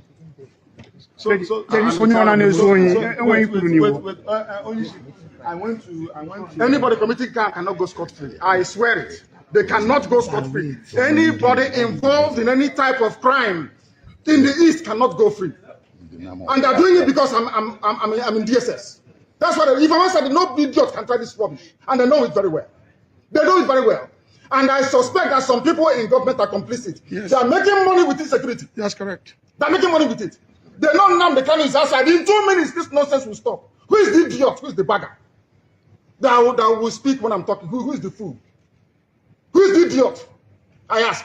That I give an order in the East, and any idiot will counter it. Who is the bastard? I'm asking you. Nobody can. Sir, are you I'm on the Kanu. Who is the idiot? Rubbish. Now, I want to say something here. This is Onyendu's voice. Mazogo, if you remember when they said that Onyendu was cloned, remember? They said this Simon Ekpa. They said it, Onyendu. I have audios of people, what they said in the past, because they think we've forgotten. We don't forget anything. Now, Mazin Nandekan have spoken. Yeah? They said that Onyendu is incapacitated. They used the word incapacitated. Onyendu they said that they have poisoned Onyendu. That's nothing they have not said. That's why I say some people watch this video and walk away, but we remind them their words, including Simon himself. The propaganda they carry was because he want to be a leader by force, right? Now, if you want to be somebody, you have to create your own, you have to create your own path. Now, they can never hide behind the Ojukwu, never hide behind Wazirike. He hold respect to our internal leader. Yeah. And the Wazirike, regardless of what Wazirike, the Onyendu say he will not kill Wazirike, Wazirike will eat him. If Wazirike came back and confirmed that Mazen Nandekan is standing on the path of the truth. The reason why I'm saying this tonight, people must know when to stop and when not to. They said Onyendu was incapacitated, that Onyendu has been cloned, that Onyendu has been poisoned. This is the propaganda they have carried. The monk himself came out and said they have poisoned Mazen Nandekan. There's no sickness in the world they have not ascribed Onyendu. When it comes to medical, it's personal. That's why I'm hammering on this. And now, when somebody, I think it's the DSS, somebody mentioned Simon Ekpa, they expect Mazen Nandekan now, they think he's a Jimakona, he's telling Mazen, so he's a Jimakona telling him all the things he's been saying to address the press. No. You expect Mazen Nandekan to mention Simon Ekpa on a press release. As what? As who? Is that what you're thinking? That Onyendu will come openly, I'm telling you, you have sent message to him, written note, and asked his insubordinate for never ever responded to this individual. And I think you respond to him with your common sense. You think he will respond to him? Did Mazen Nandekan respond to 3-4 Dirwanya or Omiomio? The only time Mazen Nandekan mentioned Omiomio after 2018 when he came out was when he was addressing Nasser Dokubo. I know some of you don't remember. Some of you came under, some of you that had calls, I don't even know your ref from you. I'm reminding you now. Onyendu never, even Imam Mez, let Imam Mez that is Onyendu's. Only part that know Mazen, go and listen to Radio Biafra from 2013, 14, 15. If Barrister did not come on, Onyendu will not start program. Exactly. Man that lives in Enfield here, stone throw from my house. Onyendu never talked about Imam Mez. Imam Mez died. Never mentioned his name. And he talked about Simon. Some of you need to learn a lesson understand how things work here, especially your member of IPOB. He expect, and people are saying, oh, Ejimako telling him not to speak. Is Ejimako not telling him what to do? He's his lawyer. And sometimes you guide him when he wants to say things that is inappropriate because he's the one that is one legally, he's the only voice he has there. And Ejimako have dealt with this issue before. By passing the message to Simon Ekpa, anything you're doing, you must stop and not mention Mazen Nankan's name is on record. And it's official. I will stop you there. I want you to finish. For those that are asking questions, wow, including Simon, including you that are saying that Ejimako said, nobody says. Onyendu is there, saying it with his own mind, making his own statement, unscripted as our leader was, but now he's now done on all of it that Mazen Nankan is still alive. So everybody.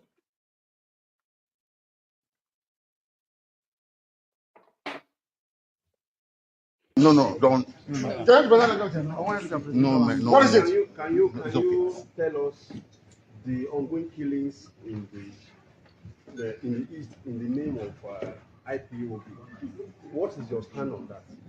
Anybody involved in any form of violence or insecurity in the Southeast, in the name of IPOB, is a gunner, and they know it.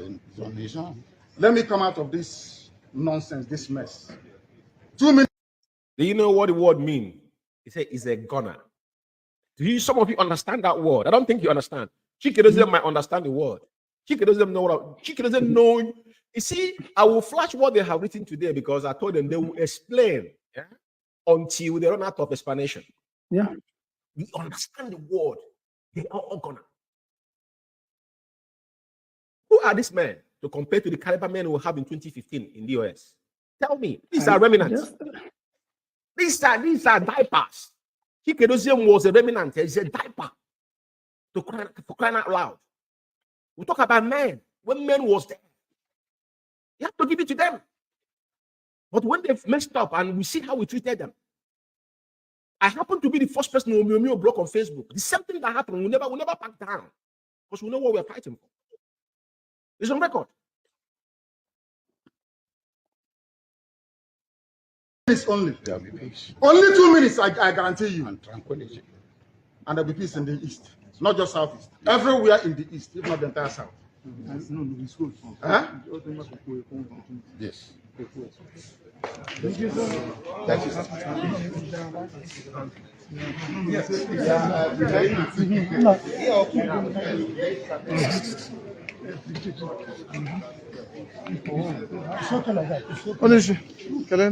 No, I want the hand.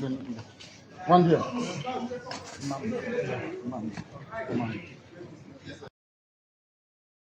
Okay, now the main thing here, the bond of contention. Onyendu didn't mention Simon Ekpa and this and that, and Onyendu say, "Who is that bagger?" yes. Who is that bagger that is uttering his authorities in the East? Onyendu give order. A question we want to ask tonight is this: take Simon out of equation. Take Simon Ekpa out of this now. You see, this particular statement is a general statement. Simon Ekpa is inclusive. He himself, the message is clear to him. Now, that is obvious. But let's come back to IPOB, who encountered Mazen Nankan's order first. And now I want to play the video. Message keep on coming. No, we're not going to that. We're not going to the message keep on coming. Let's listen to the man that claimed that he's the second in command. His word to Mazen Nankan. Before you start trying to distract people with Simon Ekpa.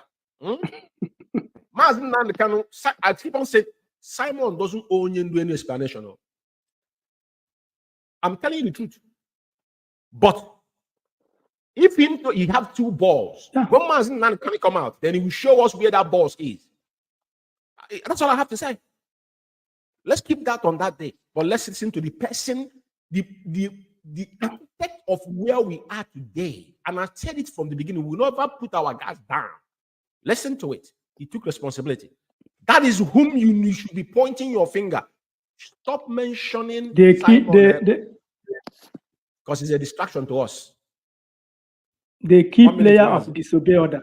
And I asked our people, those that I had discussion. I said, but what is the reason? They don't even give any reason why we should suspend it.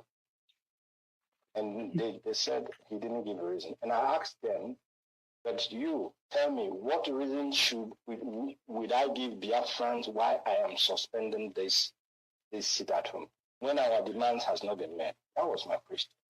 I asked those both in DOS and those who were not in DOS that I had the opportunity to speak with. They were there the news. I asked them, what will be the reason I have to give? And with that, sorry, I think I'm trying to mix a little thing here, but the lawyers have not come back to us now. Now, this is before the night, the first day of it. So when I was asking them, what is the reason they want us to suspend this thing? And they told me that we should use NECO as an excuse. I mean, we should use NECO because of the exam that the people are trying to hold. And I said, but NECO doesn't really, it's not a strong excuse to give Biafrans why we should stop the sit at home. And I will be very, very frank. And I will take the responsibility. I haven't said it on air before because it's not, I don't come on air and I said, because there is no reason from our leader that we should stop this sit at home, that we are going. After due consultation with our leader, we went ahead, conducted the first sit at home that was carried around the world. Our leader continued to send message that the sit at home, we should call it off. The message continued to come. Everybody was reluctant to call it off. Why I'm explaining now, this is the reason why I play this audio tonight is to, to solidify people that are doubting Thomas is out there. Simon Ekpa have his own fair share, but Mazi Nnamdi can come out from prison today. He never gave Simon any position in IPOB to hold. He never gave him any duty care in IPOB, is on record. Whatever he's doing is the alibi that they created. Now, who was the first person that disobeyed Mazi Nnamdi Kanu? Even after they disobeyed Onyendu still sending message to them. The same Chinasa, the faceless monk, confirmed that Onyendu was sending message that everybody was reluctant to call off that sit at home at that initial stage before Simon Ekpa take advantage of it. So Mazi Nnamdi Kanu made a statement. He wanted expecting to call Simon Ekpa while you, who committed a crime, are there. How naive could you be? Now, Mazi, you can say something. I will be flashing stuff. They're on their meltdown. These individuals, they're on their meltdown. Because now, you see, men are equal are men fallacy. Now they have realized that, all those shoulder nagging they are nagging is because you mention Mazi Nnamdi Kanu whenever you go. But when people understand that you are disassociated from Mazi Nnamdi Kanu, you understand. I have some of you said Onyendu drive his energy from some of you ranting on the. Listen to me. Onyendu never begged any of us to join. Mazi Nnamdi Kanu say only 100 men. A day like this will come because we have so many domicile men. He understood it. He doesn't need you. Mark my word somewhere. Because the era has changed. The era we are now is now 100 men. And it have to be pure. And some people that understand, they know people that stand on the ground that we are sworn on oath. Mazi, make your comment. I'll be flashing things here, for abundance of doubt. Yeah, Mazi, the vegetable himself, called Dozemu, is the key player of insubordination. There's no two ways about it. To me, the message Onyendu dish out this time around, direct key player, which is Chike Dozemu. Nobody else. Imagine Chike Dozemu asking Onyendu to give him the reason. The day he mentioned that, I couldn't breathe. I said, this thing's good. I called somebody. I said, you see this statement this man made is going to backfire him. I told somebody before they create more. And I'm assuring him, he's the one that they say that the time he will come for me, that nobody will save me. Today, I'm asking Chike Doziem, all this nonsense, all this naive you created on your fingertips, who is going to save you now? Because everything is, and I'm urging all those morons created around him to listen tonight. If you couldn't listen to it tomorrow or next, go and listen to it very well, because these people have done on a pardonable stand in this struggle. I can assure you that. Look at what somebody called himself after Mazi Nnamdi Kanu is the one in charge. You are asking him to give. Oh, in fact, if you listen to these people, you begin to wonder which kind of brain they have. Something a primary school boy cannot do. You call yourself. In fact, these people they are not supposed to be here. To be frank, to be honest with you. I want to flash one or two things before I play. There's a video I want to play. Let me start with this. Fellow comrades and lovers of freedom, I see some of you saw this particular receipt. Yeah. Like our leader said, IPOB has 4 cardinal. What propel us will have 4 cardinal points in IPOB. Very, very important. Yeah. Number 1 is you must be fearless before your enemy. And you must speak the truth at all times, even if you lead to your death. You must help the poor and be of a good character. May bless you. That means you speak the truth. It doesn't matter who he was. And that is one thing that gives me joy, that I will stand on the path of the truth. It doesn't matter who you are. You won't change us because we know who we are. Now, I want to flash this to you. This is a receipt that Chike Doziem and his gang of criminal created. Now, ask yourself question. They say ESN funds ready support. You ask them which ESN they're talking about. Is it the dead man squad they created to kill our people? Because Onyendu just told you the 4 cardinal point of IPOB. Who started blackmailing people first in IPOB after they kidnapped Onyendu? We never discuss about our affair in Radio Biafra. Radio Biafra is where we commune. The world listen to Radio Biafra. University come to Radio Biafra to learn until they bastardize Radio Biafra. Today, they are begging for money when they destroy the structure finance of IPOB single-handedly. Now they say ESN fund fundraising support. Your support is crucial to our Biafra freedom. Ask them which freedom are they fighting? Where their leader is in prison, they did nothing. Please, we are humbly requesting your support for Eastern Security Network. There is no Eastern Security. They don't support it. These are criminals. I want you to know this today.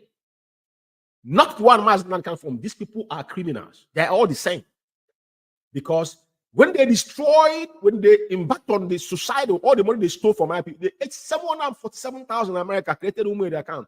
All the money have stolen. In UK here, what I'm privy to about 60,000. On goes on. Italy, they stole everywhere. Germany. Ask them to come and account for the money. They won't account for it. But they still asking for money.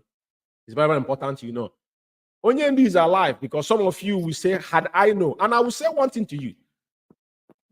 You see, in life, you know, I think Catholics said it. You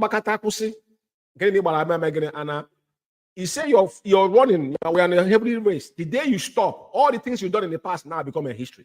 It's like you're paying life insurance. The day you break it, Yes. all the money you pay all these years is gone. It's like you're studying for being a lawyer. If you couldn't finish your law, if you couldn't submit your certification, at the end of the day, you won't get a degree. There's nothing you study without finishing it, you get the degree. As an IPOB member, if you stop halfway, if you stop contributing, you are no longer IPOB member. I want to make it clear to all of you. And some of you say you don't know where to contribute money. Like we said, the only IPOB that is attached to Mazi Nnamdi Kanu of today that you can see visibly, you want to have a direct contact, as I am here, George Ume in UK, or through our Biafra radio, is not brag, as Mazogro is. We're strategic in the countries we are in. The rest of people you see, these are a bunch of criminals. I don't care which era you belong to, because they cannot account for the money. None of them, the people the other side, how many times have they fought for money? Where is your need of Fable today? Where is Madam Azuka? All these things is money. Where is Bridget? Where is all these women? All these things is because of money. And Onyemi said it, that since after the war, they created the Igbo Union.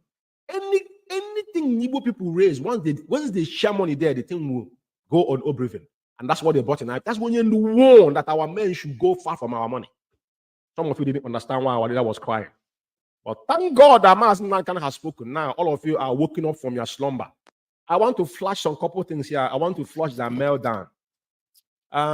This one is here. I saw Kanitakan responded to these people, this so-called Human Rights Association of Nigeria. They're talking about Ejiofor. And I asked you, who was there before Ejiofor? Obeta was there. Ejiofor and Ozekome sabotage IPOB is on record. There's no two ways about it. And Kanitakan tweeted this, so I know you get the message. Very important. And today I saw them writing that Chinyere Sanwo-Olu is a ghost. Ghost is a monk.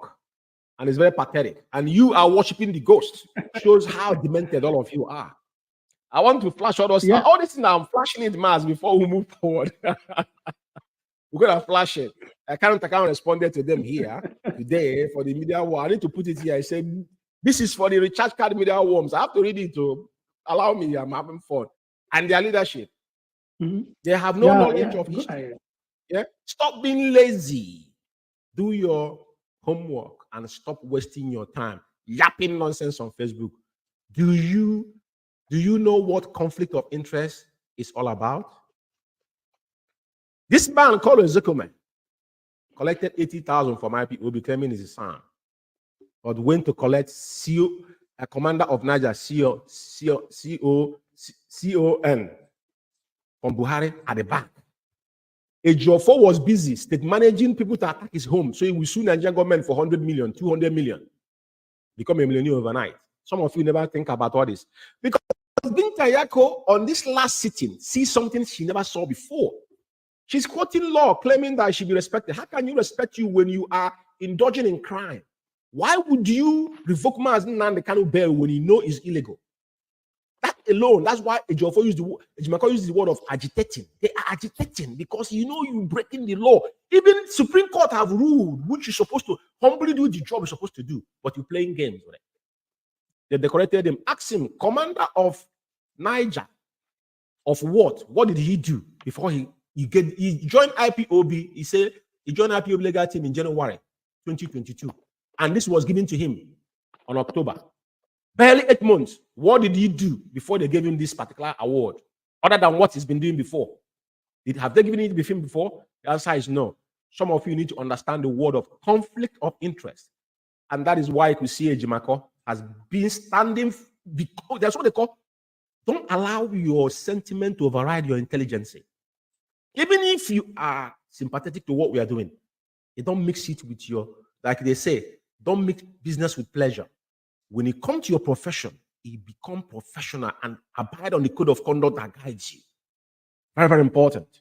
Now, I want to see a couple of things before we move forward. Now, this is one slave says that he's not opposing Mazen Nnamdi Kanu anymore. Okay. Okay, now IPOB 6 Kanu's release over poor health. Okay. He didn't give us the report of his health condition anymore. Okay. Thank you very much. I get it. Maz, if you go near now, if you go near, you see it. You see it.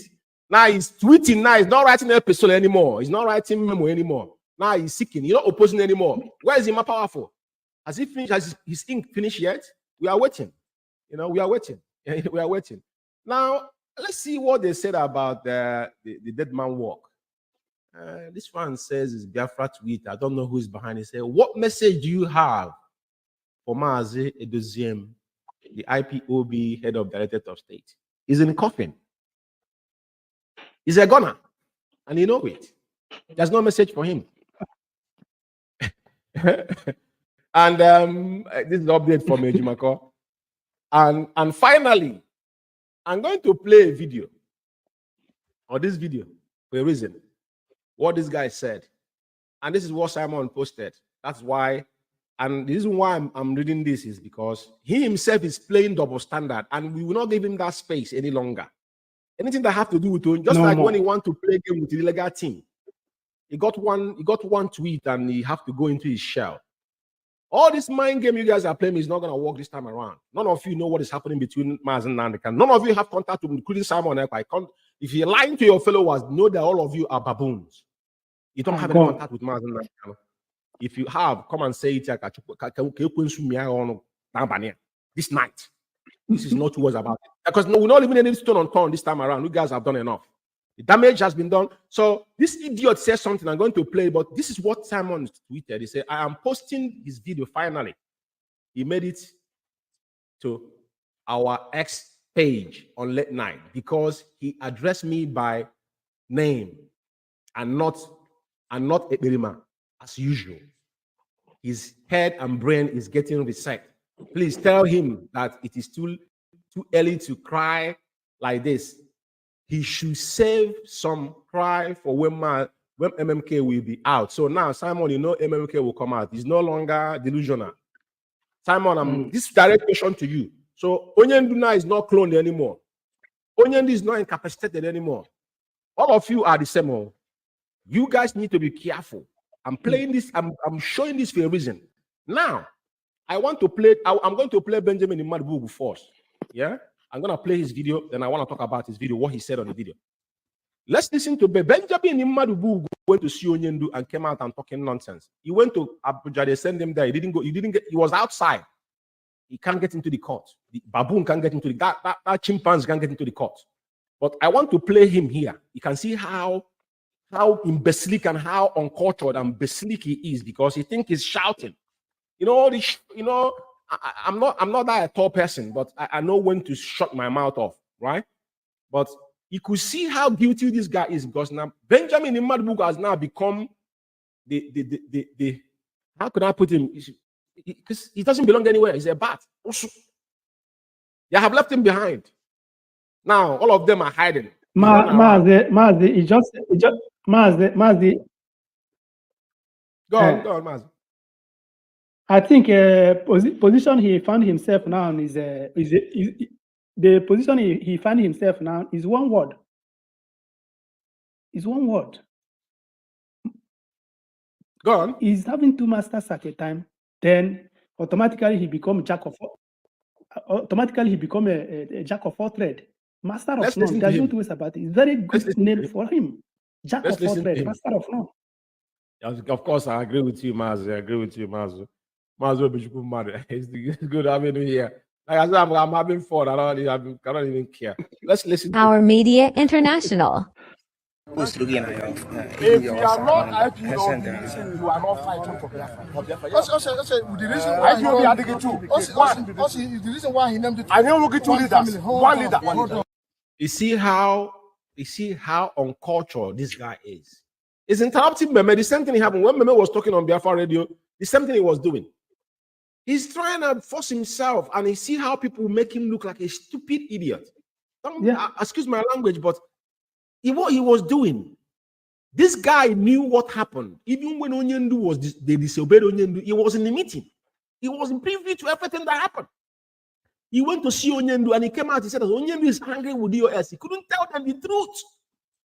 But he can see him here. You want to mention Simon? Simon, you're mentioning. You people were with Simon. You people are doing the same. You want to divert attention to Simon. You're not mentioning Chikedoze because Simon Ekpa. Simon Ekpa doesn't owe Onyendu any explanation. Yeah. I'm saying it again. As he claimed that he's Onyendu's disciple. Entirely up to him. Him go answer that to Onyendu, not me. But I will analyze him where I need to analyze him. But you can see how this guy is like acting like a lunatic. People there, look at how they messed him up there. That's not only the government. Because all this crime, I know what I'm saying. Let us hear. You expect you are feeling. Let us tell us. Look at how he exonerated IPO. Personal IPO is called one family. Yes. Because it's a family who cannot. He made it clear.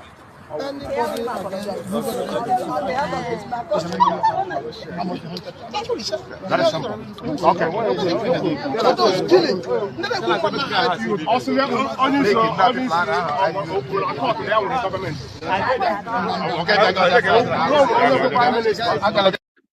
God, all the things he's directing is Simon Ekpa has government has nothing to do with you. If whatever he's doing it on his own detriment, what is your problem? The IPOB they left to you guys couldn't handle it. So why is that your issue? I don't understand. But you know, I just want to see. Okay. No, I know what I'm saying.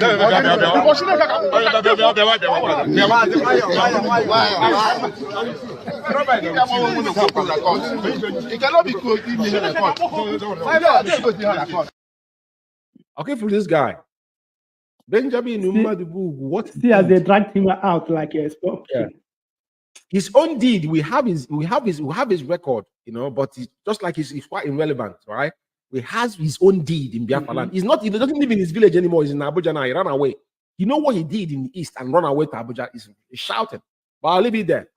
Now let's forget about him. I just want to point it out because Meme, you know, it's like we cry more than the brave.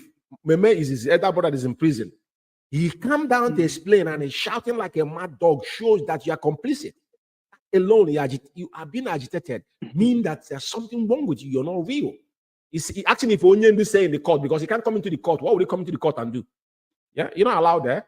You know, Mazi, let's listen to this guy. There's something he said I want to talk about before you know we try to wind down.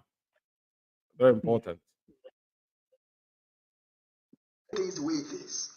As it stands now, Aloy Ejimako is the lead counsel of Mazi Nnamdi Kanu. There's no two ways about it. We don't have to lie. Unbelievable. After Aloy Ejimako take over with the lies and deceit from propaganda, they have already go to Mazi Nnamdi Kanu and begin to lie to him. So when Ejiofor become IPOB lead counsel, he went to lie to Onyendu before we remove Obete. Okay, man. That's what happened. Just imagine. That's what happened. So let's reverse it that Ejiofor came through the back door. So he lied to Onyendu what Obete was doing. So let's take that one. There's something he said I want to comment on. Very important. Simon Ekpa had been taken over and he wrote it on his Twitter handle. But some of them come to attack him. I mean, because sometimes he will do something, they won't want him to come and claim it. But being who he is, he will claim it. It does not matter what you said, he will come and claim it. Let me see if I have that the write-up of Simon Ekpa and see how they were attacking him. But I will prove to you people that. But don't get me wrong, is this guy still in Germany? Because if you look at this guy is like one. This guy is not gone mental. Jesus Christ of Nazareth, what is going on? I have to laugh. Oh my God. Oh my God. Simon Ekpa is in charge. There's no two ways about it. And I will tell you people that Aloy Ejimako knows exactly what he's doing. He knows exactly what he's doing. Okay, I want to stop him there. You see, this is the propaganda they're carrying on. Simon Ekpa tried to think he's smart. He caught this one now and giving his chipichiri followers. Simon Ekpa, you're not in charge of anything. You're in charge of whatever you're doing. You're not in charge of anything. You're not even close to Onyendu. Let it be known. I'm saying it here, very clear. We have to make this abundantly clear because I know why he cut off this place and posted it in his Twitter. He's in charge of what? Ejimako and Simon Ekpa. When Ejimako brought, maybe the next program I'm going to do, I will bring the audios and videos. Because Simon couldn't find anything against Ejimako. He wasn't Ejiofor. Because he tried, he couldn't. Before Ejimako brought the conversation between him when he was asking that he wanted to have access to a Enugu state governor. Ejimako is a special counsel to him before he become lead counsel. He's not in charge. Simon Ekpa has got nothing to do with what illegality does. And he can't say, because if you give him money to him based on say Onyendu, he has got no communicate with anyone because Ejimako is the one. And you know what? Between Ejimako is not blocking Onyendu to speak about Simon Ekpa. Simon Ekpa is dead and buried. He doesn't need to mention his name because it's not part of what Onyendu is doing.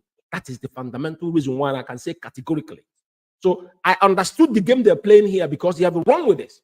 That's why I read his tweet first and brought this video. I don't want to talk about this guy, but when I listened to this 1 minute, 40-something minute video, he said Simon Ekpa is in charge. In charge of what? If I may ask you. And you see how naive all of them are. Now you have accepted that the Ejimako is the lead counsel. And that is the case. Case closed. So everybody now should back up at the end of the day. But the reason why I address this is when he says Simon Ekpa is in charge. In charge of what? You need to be clear on your words. You know? Because when Onyendu send a direct message to Simon Ekpa asking what to do, Simon never come into his platform to honor the word of our leader. They say it's not Onyendu handwriting. Onyendu has spoken now, but he will be running around through the back door playing hide and seek. We don't want none of that nonsense because we face things squarely. Doesn't matter who is involved. You know, we don't say don't never respond to him. We will not respond to him. But when it comes to something like this, that is very crucial. It has to be addressed. I'm addressing this particular thing that when he meant being in charge of what? That kind of word shouldn't come out of your mouth because I know you're naive. But I want to see it finish before we conclude. Yeah. Doing. And our lawyer Ejimako can never condemn Simon Ekpa. He can never. And you see how stupid this guy is? Aloy Ejimako had delivered. Why would he condemn Simon? He doesn't have any business with Simon. He delivered message to Onyendu. They have gone back and forth that went viral. And it ended there. And that is why he shouldn't mention his name because it's quite irrelevant. It's done legally. Anything Simon is doing is on him, is on his shoulder, and he knew that. And Onyendu have made a general statement. The orchestrator of what happened in Biafra and Chike Doziem is on record. Very important. So you don't need to mention his name. Ejimako is not a Jofor that is dilly-dallying and who doesn't know his boundaries, doesn't know the code of conduct that guides the law. No. Ejimako, even Bintayako and so-called Sam in that hot sitting that they understand that Ejimako is not a product of Nigeria because they understood, he know what he was saying. That is why Bintayako have to excuse herself for 20 minutes because he never seen any heated argument like that before in her life. And she have to excuse herself. So some of you that are talking, you need to understand that the man you're referring to is not in your own caliber. He do things quite differently. His tweet is very more constructive that when he says things, you don't have to write episode. Two paragraph or 3 paragraphs, everything, and you go and even a layman will understand what that means. You don't have to write. That's what's concise. Very, very important. And that is why he's the special counsel and not a lead counsel. We don't need any Sam higher than a Jofor. What is Sam? It's ceremonial. What did the Ezekome do? Ezekome did the Onyendu was there. Ezekome was in Miami dancing at Alabanco. Why the Jofor one and advertise while he's there is a Sam there? What did he do? Absolutely nothing. So please excuse us. But like I said, let's finish this Maz. Very important. Going to prove it. And then Nemeka, they don't know what Nemeka has no idea what. Anyway, the main purpose I put it here is for one reason why all this things he's saying is quite inconsequential. It doesn't really hold any waters. Yeah, Maz. I don't know if this is a video or something. The Power Media International. Self-determination. Self-determination. Okay, I'm going to close it here, Maz, before you give your final remarks. Now, this is the interview Ejimako gave even when he was a lead counsel. You're going to listen to Ejimako and listen to Ejiofor and you understand who is actually a professional lawyer. And this is a short video before we close, please. Nation is not regarded as a crime in any nation of the world, including Nigeria, under Article 20 of Nigerian law. That's the African Charter, Article 20. Now, Kenya has a companion law. United Nations has a companion law. So when you take anybody to any court in any country in the world, and you tell that court, I want him in my country because he wants Biafra, they will tell you to go to hell. You're a kidnapper extraordinaire. Whether you are government or not, you're a rogue. You should not try anybody in court for wanting to not to belong, for wanting a separate nation. That's how Nigeria was founded, for God's sake, in 1960. Is it not? It's self-determination. That was how Midwest region was created in 1963. Is it not? That's how Nigeria lost Southern Cameroons to Cameroon. Is it not? Is that called referendum or plebiscite? And that's how Nigeria gained Adamawa, the former Southern province of Cameroons, into northern Nigeria. So why should that of Biafra be different? It's only a crime in Nigeria. IPOB is only a terrorist organization in Nigeria, but not a terrorist organization all over the world. That needs to tell you folks something. That is why Nigeria dodged and went by night, ambushed Mazi Nnamdi Kanu and kidnapped him. We cannot take a government to criminal court and jail a government, but we can call a government to answer to the civil courts of this country. There are courts in this country, so Nigerian government must answer to this court. Like I argued before the court. Any message coming up from, and everything he said here, he did it. I think he was addressing that in the Umuahia. Yeah, you can see. Yeah. You know, the gut he has and being precise, you know, as a special counsel, giving details of what. Listen to this, Mr. Caro, what he said, a lawyer. Listen to him, please, before we close. It's coming up from Nnamdi Kanu. I want to say it today. If I write any word, I'm saying this because I know that tomorrow somebody will record what I'm saying now and keep it for him to see. Any message coming out from him, from me, but this mouth, writing update, it's coming out from him. Don't add, don't subtract. I don't even subtract. So I encourage people to pay attention to my updates. I'm Nnamdi Kanu most trusted. Go and write it down. I am his most trusted. Most trusted. That's an unprofessional statement of the highest order. Unprofessional. You lost your job instantly. Most trusted as what? This guy. And let me say this to you, Mazi. The day even though I have doubt on him, but we don't just penalize people. But the day I had this thing, I said that this guy is the #1 suspect. This is the rat that is biting us and blowing us at the same time. And today he has proven himself. Maz, I'll give you the stage to say just go round and round and say whatever you want to say. Then before we'll give closing remarks and close. I think we've done justice for this evening. This is specific, like I said, we'll break it down to a layman perspective and what has transpired.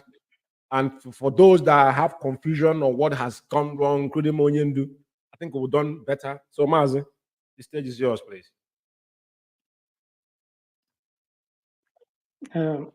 Mazi, thank you very much for your tenacity and the doggedness.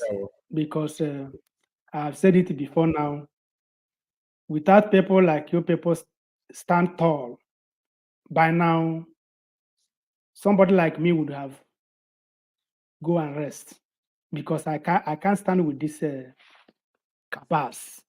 Not that because they are tough, but I saw them, they don't have anything upstairs to deliver. And for those of you Biafrans around the world, we must encourage this family, as Israel Okokano, because without these people, without the siblings, if you like, you take it. If you don't like, you go and hug transformer near you. If you ignore these siblings, my brother, you are even you are worse than devil. I can assure you that. Because if you are in their position, you will do the same. Unless if you be born to be sabotage. Unless if you born to be evil, that's only when you will ignore what they are doing. So this broadcast this night, I want you to share it all over the place, because some people have followed these people sheepishly and they are regretting. Some are crying inside, but you will know. But we are here to tell you, our leader have spoken, because some people saying that he's cloned. If Nnamdi Kanu let him come out and give order. These aren't. Where are those people now? 32 TT, where are they? So, Mazi, I think you have done justice this night, and I will address our people. Please, please, please, do not involve yourself in maybe you let us follow the crowd. I don't believe in crowd. I believe in quality. I believe in quality. Even some of you here in Italy hearing me tonight, you know what me and you people battled here. And I warned you before the time that what you people are doing, you people are on the wrong track. But because maybe some of you love to be in power, which you cannot even deliver, you involve yourself in the almighty mess now. I mean, as you can see, it's not me saying it. You can see that you are now in almighty mess. Because Onyendi is here again, and there's nothing anybody can do about it. Very soon now you will see. Because you guys are not God. You are not Chukwu Kebema is in charge. So whatever you think you may do, maybe good things are coming on the way, should not come, my brother. You are just beating about the bush. So go now and retreat your steps, because you have fallen apart. You have fallen apart. There's nothing you can do about it, unless by now you start doing what you're supposed to do. There is time for you to repent. Let me just advise those ones that they are saying that they confuse them, because Mazume, I'm hearing from some people say that some people confuse them, but you that are saying that they confused you, now is your opportunity to do the needful. If always give excuses. you still flowing, or you are not white, you are not black, then I don't know what you are trying to form. So everything I make it clear now. Onyendu has spoken, and you know where you belong. Automatically you are on the wrong side if you are with the Kabas, because Kabas, they don't have anything to offer, and their chapter is closed. It doesn't matter. Some of them are now went exile. See? So my brothers and sisters, tonight we may come again, maybe on due time, if Mazume is ready, because you know all of us here in Italy. I may not be there next time. One of us may be there, because we are and I'm here. So for you looking at us this night, share this program and go and listen it over and over and over again, and make use of your number 6. You are a human being, you are not an animal. All these voices we played here, not me formed it, not me formed it, not any of the hardcores formed it. Is your Kabas. And I've said it time without number. These Kabas created this monster. These monsters are going to turn around and they consume you. You just wait and see now. They have been now turning around, saying one after the other, saying things you are not even expected them to say. And there's nothing you can do about it.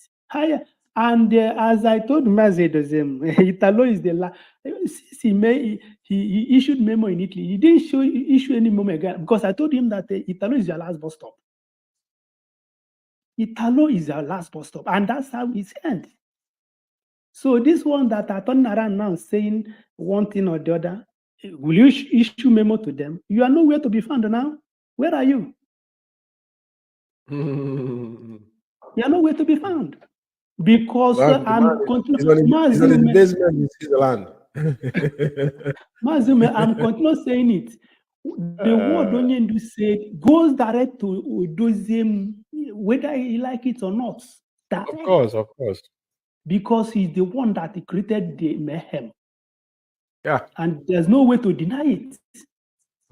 So, fellow Biafrans, we are going to wind down here tonight. And I say, may Chukwuka bless all of you, keep you, give you strength, give you more knowledge to reason like a human being. Do not say, let me do my friend do, because if you continue doing that, you're not going to get it easy. So please do the needful at the right time. Thank you and bless all of you. Thank you. You're a good man. Fellow comrades and lovers of freedom, it is quite imperative. I just saw this and I said before I go, we had 500 million the other day, and now Canon Takaran just tweeted this. He said, joke of century. Official VAT, Yusuf Buchi Magaji, DG of DSS, cash out 800 million naira any day.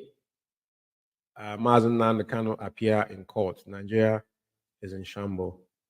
As you can see, that is why we must appreciate. They know who Mazen Nnamdi Kanu is.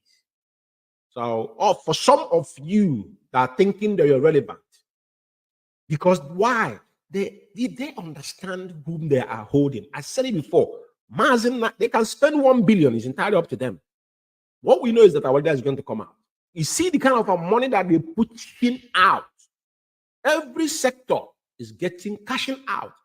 This is what Soludo saw. What Onyendu proposed, house arrest, is what Soludo proposed. All hell let loose. All the cabal went after Soludo, including Ejiofor, because all of them are making money. When Ejiofor was there, this money, all of them are sharing it. Because Ejiofor connived with DSS, not even to bring Onyendu to whatever, to court. But now they have no excuses. Now they are collecting money. And the soldier Gaban allowed this to be happening. 800 million. So on the 17th of April again, they're going to pay 800 million. Whereas they don't have money. I just say, let me flash it to you to understand where we are at this point in time. On Chukwuka will continue to bless our leader. And one thing I will tell you, I'm going to be leaving the studio, but before I go, like my colleague have said, Chukwuka might give some of you understanding and wisdom to follow to make a right decision. It is not something that comes ordinarily. You have to be in the right mind and right senses for you to navigate. And some of us that joined the struggle know why we joined. We didn't join out of sight or someone convinced us. We had a voice, and that voice is Mazen Nnamdi Kanu's voice. Nothing changes, and nothing personal. I don't have any personal grudges as an individual. See you on the road, I will greet you as a comrade, and I have got nothing against you. The only thing I'm against is just like when they will employ you at work and sack you tomorrow, you see your manager, you're not going to go and fight him. Probably wasn't doing what he's supposed to do. You have to suck it up and move on. And that's the reality of life. So Ejiofor was employed and he failed and he's gone. And because he couldn't do what he asked him to do. Some of you claiming that you are confused. I don't know why you're confused. But the truth is that Mazen Nnamdi Kanu has spoken. And I will indulge you tonight. Some of you want to hear Nigerian government is spending 800 million. Who is paying our lawyer? Who is feeding Mazen Nnamdi Kanu? How is taking care of his medical? Who is paying the lawyers? Have you sat down and asked yourself that question? Because the cabal hijacked IPOB fund. Now they are begging, they are literally begging, because none of the governors are talking to them anymore. Now they're trying to use ESN to extort money from people. Lying up and down. All these things are fallacy. It's not going to wash. People are not buying that jargon anymore. You can say whatever you want to say, but at the end of the day, the truth stands. It's only truth that can stand the test of time. Like I said, this evening was to break it down to the both side of the aisle. Every of you need to be very careful and focus on wherever group you form. Good luck to you. But please, make sure you are not including Mazen Nnamdi Kanu in it. Because Onyendu have made legally and Onyendu have said it, you can hear. So you shouldn't say you wasn't aware, because you guys claim Onyendu is incapacitated. Onyendu has been cloned.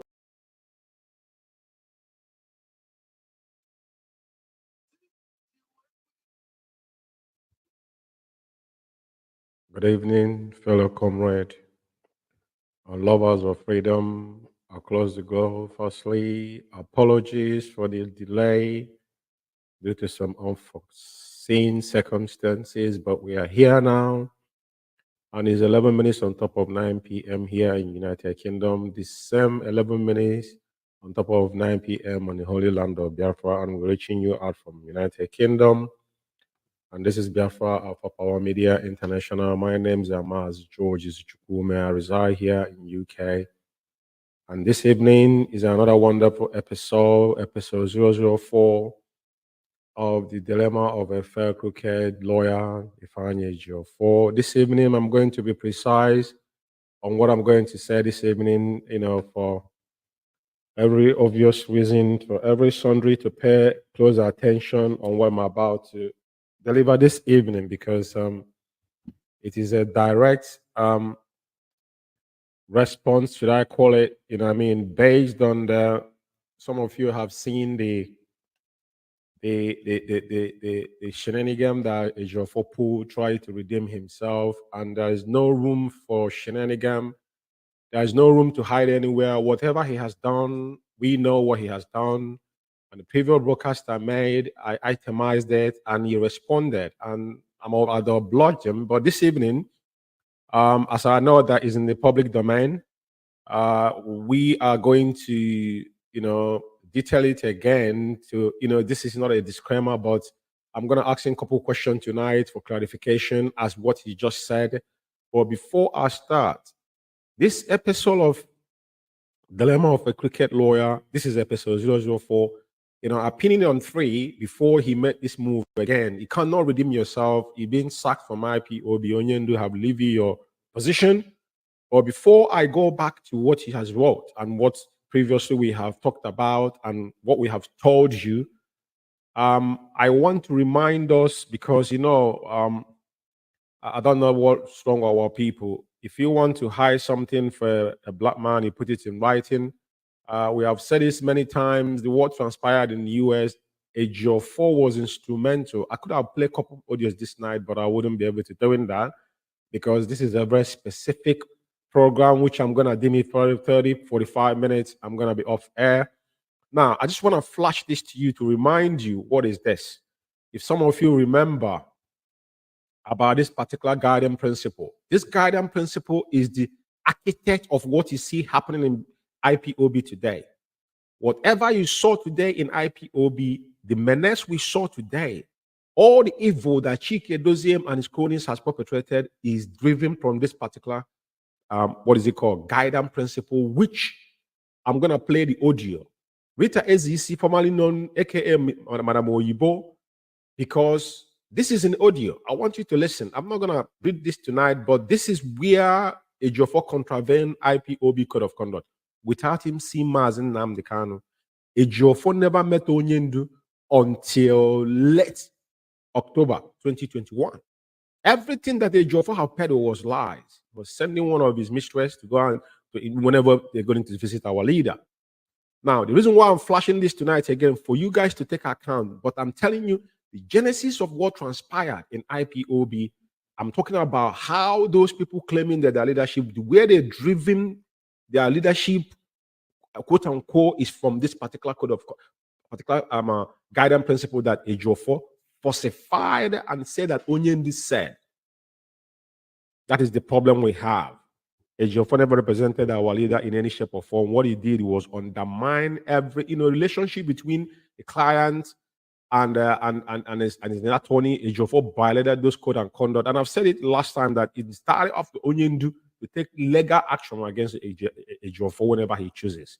Now, I want to play this audio. I want you to listen very carefully, because this conversation is between Madam Oyibo and our former US National Financial Secretary, Latina McPeters, and it's very, very important we listen. I just want to play this audio. That's the audio I'm going to play tonight before I go into the response in a very sequenced manner, because according to what you wrote, is direct response on the previous broadcast that I made, if you listen to it.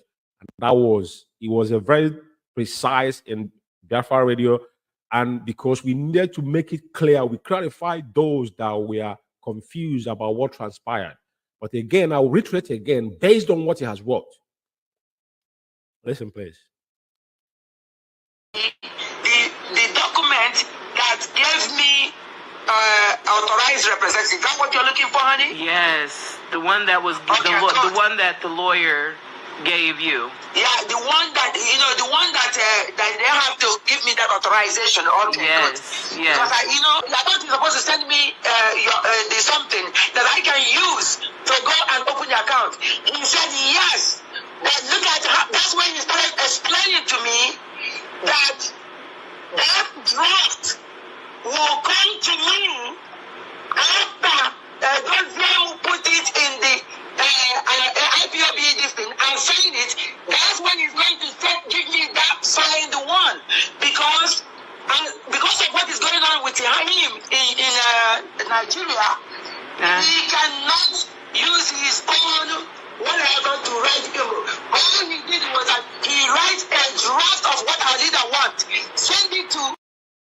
I hope you heard the draft. That's why I put the draft there. That's what Ejiofor said. Onyendi said. At this point in time, Ejiofor never met Mazen Nnamdi Kanu. This is Madam Oyibo. Whopping 747,000 the money was in ESN account.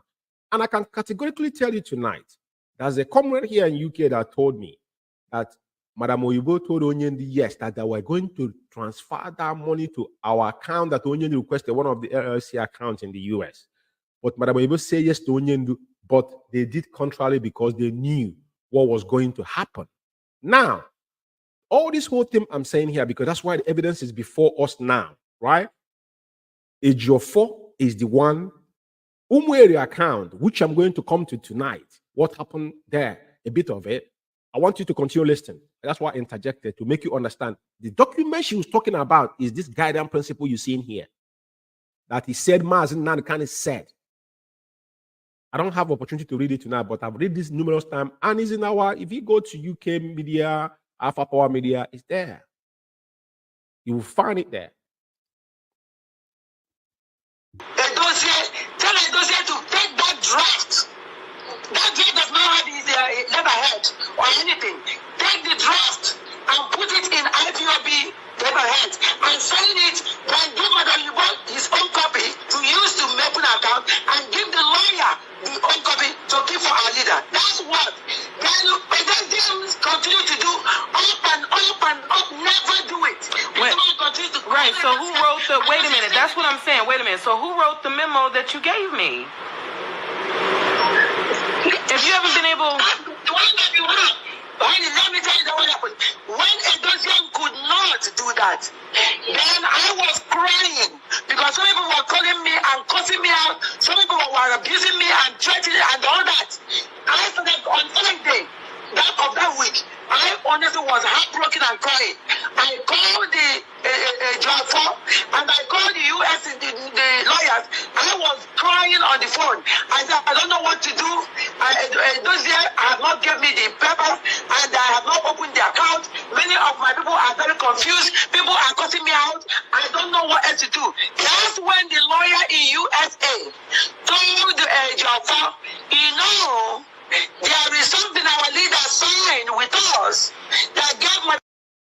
I want to say something here. The lies is that there's a lawyer in US. Which lawyer is he talking about? Is he Bruce Fein? Because Bruce Fein is on the ground. It was lie. But they have to say something, because if you listen, that's why we cut out. This is a 21 minutes audio, but I cut this particular part to play tonight, right? For an obvious reason. To us to build a foundation who Ejiofor is and what Ejiofor done in IPOB. What Ejiofor did to our Mazen Nnamdi Kanu is unpardonable. What he did to our leader directly and indirect is something that he cannot explain. It's beyond human imagination. I'm being honest with you.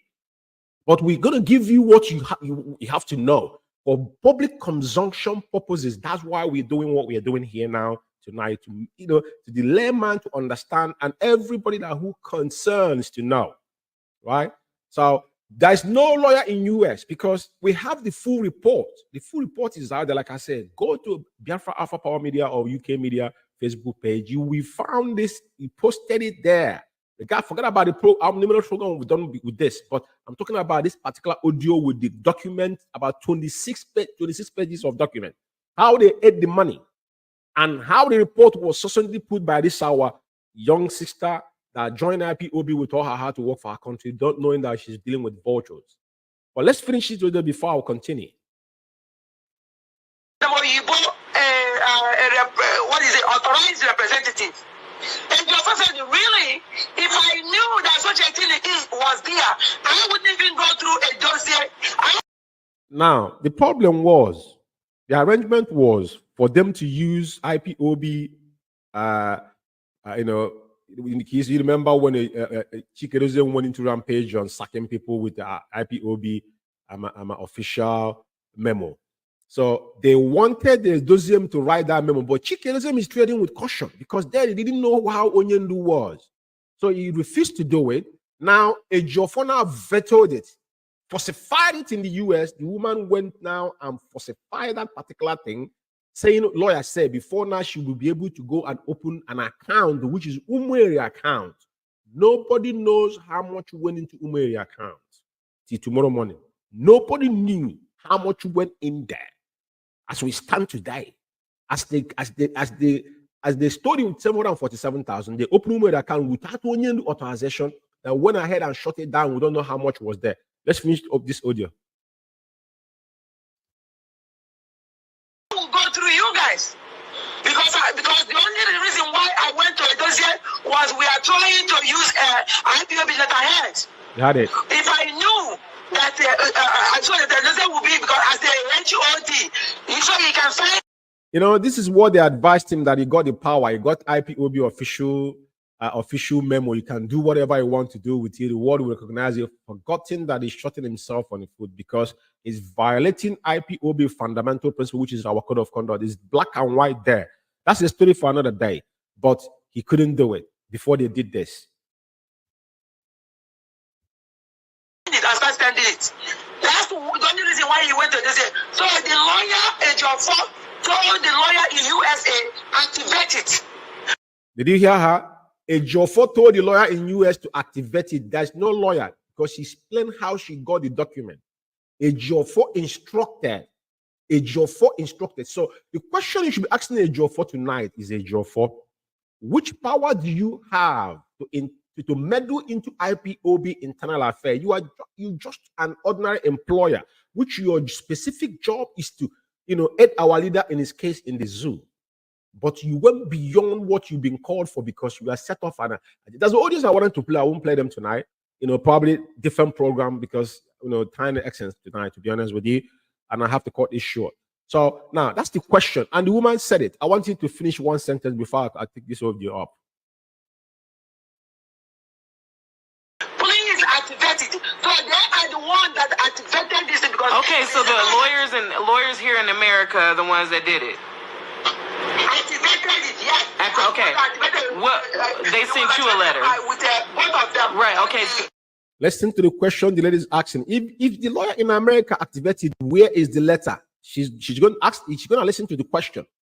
There's no lawyer in America involved. It was Oluwale they did because she took her computer to one place. This is just 419. This is the heavy one. Listen, the lady was asking a very fundamental question. Right, so that means that. All right, so that means that they had a document that was signed, that was on a letterhead for the lawyer. By our leader. There is a document they have that's signed by a leader that gave that to represent. Okay, the affidavit. It was where's the affidavit? You're talking about the affidavit. So that's what, based on what you said now. Anyway, it's very important that I put this up. So I think this clears a lot of doubt who Ejiofor is and what Ejiofor done. Ejiofor for me, I will leave it there. Now, let me show this on the screen for some reason. This is his memo. This is his memo that he wrote. According to him, he titled he said the crucial clarification regarding the case to trial of Onyendu Mazi Nnamdi Kanu. Now, there's something I want to address here, which I said in the last broadcast that I made specifically, and the same way I itemized it, he responded. But I will only respond to two things on this junk here. Before now, I will ask him fundamental question. Now, Ejiofor said, since 2015, I have diligently performed my professional duties in defending Onyendu Mazi Nnamdi Kanu. The question is, Ejiofor, did you join IPOB legal team in 2015? The answer is capital no. If you joined IPOB, Ejiofor, as you have written this clarification, as he said, can you now publish your contract paper for IPOB in the same way you did this in your Twitter handle? It's a challenge tonight I'm throwing to you. Because I remember the meeting we held here in Forest Gate on the 9th of January 2026.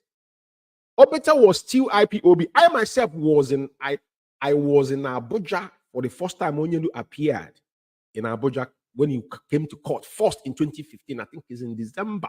Because Onyendu was kidnapped on 12th of October 2015, if I'm not mistaken. If it's not 12, it's on 14th. I can never forget that day because I was having the feeling. But I went to Abuja for this. For the first appearance of Onyendu, I was in Abuja. So stop making, all these are sentimental, but it's not going to go anywhere because firstly, you're not IPOB lawyer anymore. You're not Onyendu's lawyer. And what you have done is a crime against humanity. So my question to you and answer to you is that you didn't join IPOB Legat in 2015. It's 2016. And they brought you through the back door. I will leave it there. And this particular, everybody have seen this, but I'm going to ask him fundamental question tonight to some of you to pay attention to it. And there's something he says here on the 8th, number 8 of this whole thing he wrote. He said, it should be known that I have provided diligent and pro bono professional service to member of IPOB, Peaceful Global Movement. And when he said pro bono, Ejiofor, it makes me laugh because at the end of the day, we all know what you are doing with the zoo police, about our people. And everything you've done, you get paid for it. You get paid for it. So if you're doing pro bono, then I don't know how to put it, but like I said, now, I want to ask you a question, even though, how can I say it? Okay, let me start with this now. And in your own write-up as well, it talked all the things you talked about Onyendu, but let's just ask you simple questions, Ejiofor, because I've done this program before. But now, if I Ejiofor about the affidavit he sworn, agreeing to the state execution by the zoo, why would you sworn an affidavit for the same client you're defending? Where does that done in anywhere in the world? This is the question I asked you the other day. And you're writing episode that you have got no backup, you have no evidence, because I expect you, when you were writing all these things, then you need to prove it. And now, again, talking about pro bono at the end of the day, I'm going to ask you this question in very, very civil manner. But I want those that are going to listen to this program or they're going to tag you on it. My first question to you tonight, Ejiofor, about the affidavit you swore agreeing to stay of execution filing by the zoo.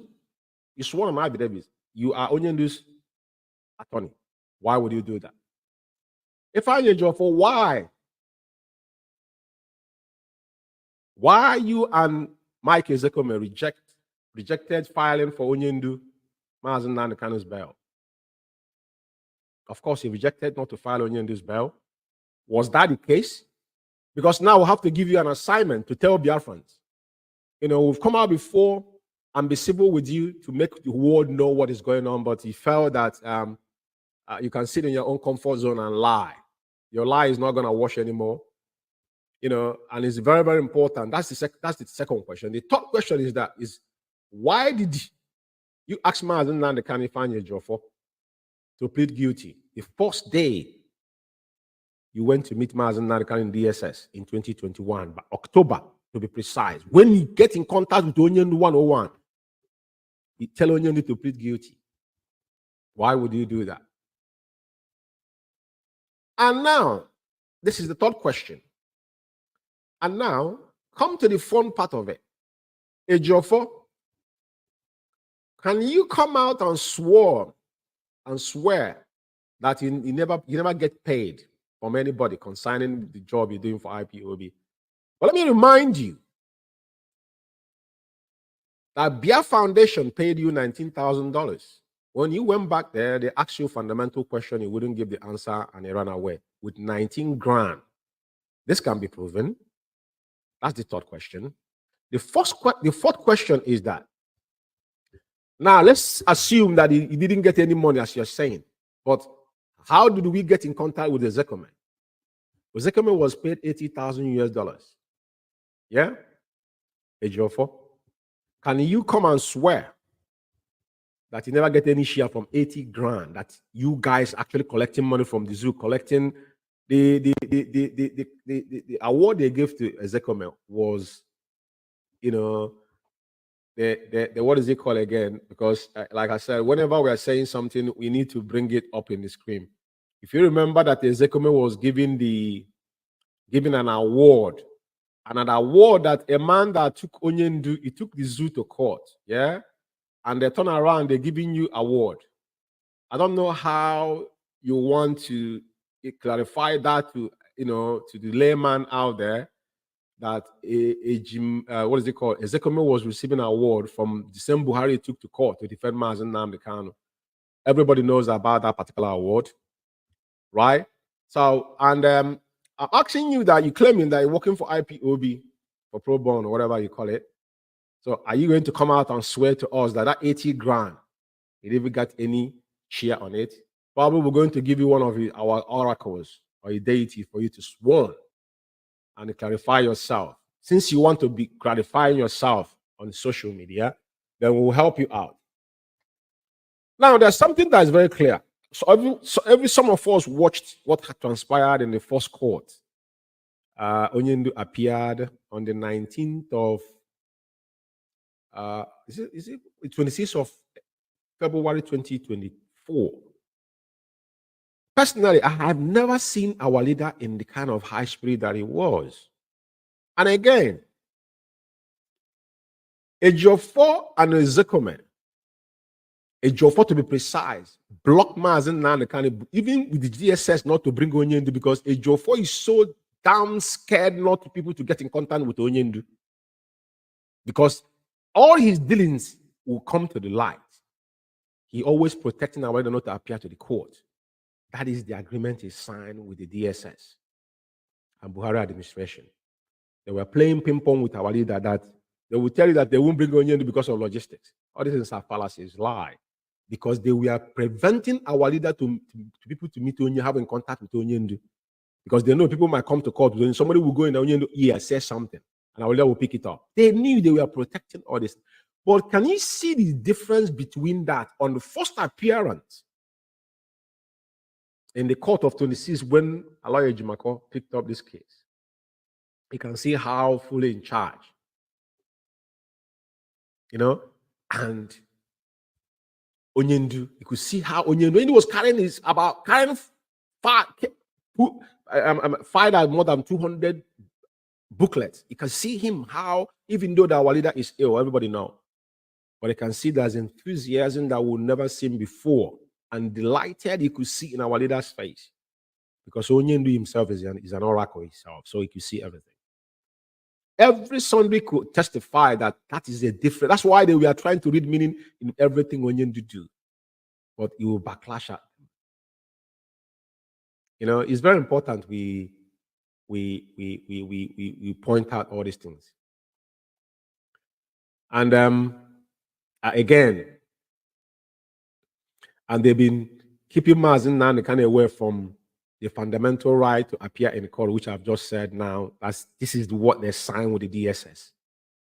that Onyendu will not allow to appear in court whenever his court case comes up. You know? So, you know what? Like I said, we have information that Ifeanyi Ejiofor, Chinasa Nworu, and cohort are working for the federal government to keep Mazi Nnamdi Kanu away from the next court date because they believe, you know, his last appearance in court has rejuvenated the zeal of IPOB worldwide from the restoration of Biafra. Of course, everybody knows that as long as, and I think the Jagaban is going to come in the radio gossip to come and blab at the end of the day, because at the end of the day, what they are doing now, they're trying to sell themselves. You can see the Chronicle of a Saboteur appears after how many months? Almost 6 months. And he was literally begging. He's begging now, begging money openly, you know, because the people has now realized that these are a bunch of lunatics and criminals. So they are begging money. But the fundamental question now, the question that has opposed to them, they have got no answer to give to anybody. They don't.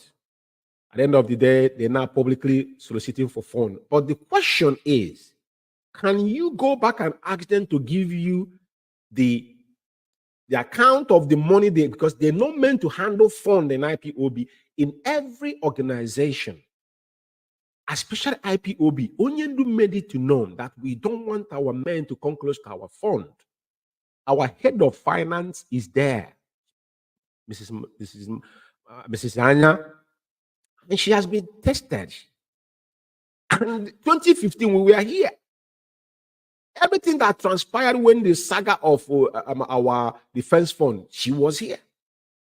And at the end of the day, when the account requested, Onyendu demanded for the statement of account, she printed it out and Onyendu did it to the whole world. So why do you want to circumvent something that you know isn't been there? Ask them question.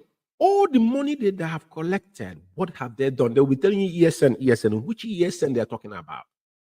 Is it the bandit they have groomed in Biafra land to murder our people at will?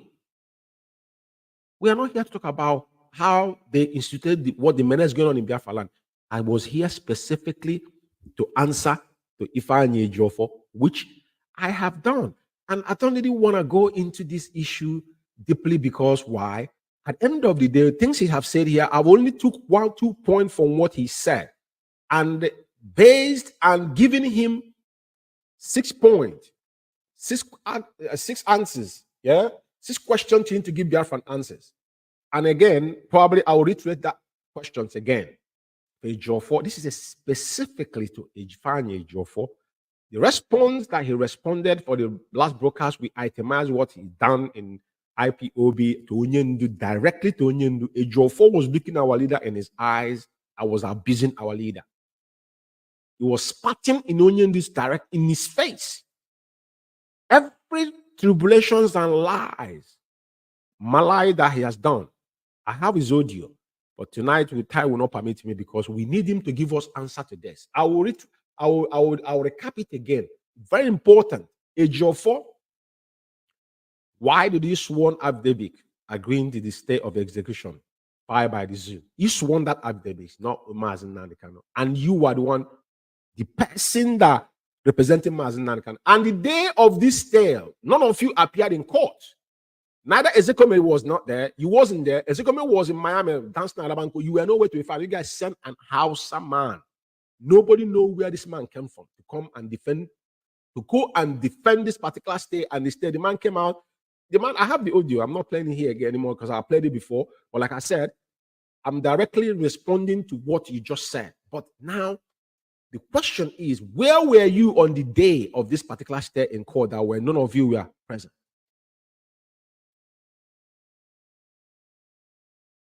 Yeah? And you and Jacob received to file Onyendu's to file Mazi Nnamdi Kanu bail.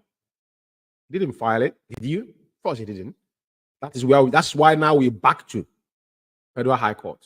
And the first campaign they started is that they stand on discharged and acquitted. But as Onyendu has been discharged and acquitted, only still in the DSS dungeon. You are staying on what you knew that you guys orchestrated. He stand on the something that he knew that is already they have fired his stay because now you sabotage it by you as a lawyer committing a crime on top of your client. That's what happened. And the $19,000 he received from the BR Foundation, can you come and refute it, please, Ejiofor? 80 grand that was paid to Zekome, the document is there, unless if you want us to bring it out. We will bring it out if you want us to flash that as well. That will be on social media. You know, at the end of the day, Zekome collected it. Zekome won't come and say the IPOB didn't pay him for his job, that he did nothing. He collected quadruple bribe from the zoo government, including the 80,000 you guys shared among yourselves. So it is quite obvious tonight. And like I said, it's 45 minutes. But what I'm going to do before I go is that I'm going to take a quick short break. And there's a particular audio that I want to play based on things you have done. You know, I just want people to listen, because probably the people that you have dealt with said something based on what is happening right now. And a lot of us don't even know what you have done in the past, because you've been clouded people with this your Umuchineke. A lot of people don't know that you're that little mouse that will be biting you to death and blowing. This is what is done over time, Ejiofor. But you know, everything that I have done in the secret will come into the open. It's just a matter of time. It doesn't matter how long it took. But one day is for the thief, and one day is for the owner of the house. And as I stand right now, Onyendu, your service is no longer required within IPOB. And what I'm going to do, I'm going to play couple audios now. I'm closing the program with this after this intro, you know, to justify what you have done in IPOB. It is very, very important. People, listen, please. Yeah.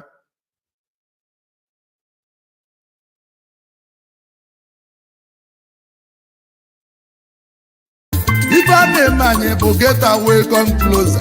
Onye ọbụla nne n'ụwa na-atụ alele. Ili nne n'ụwa bụ ọlụ.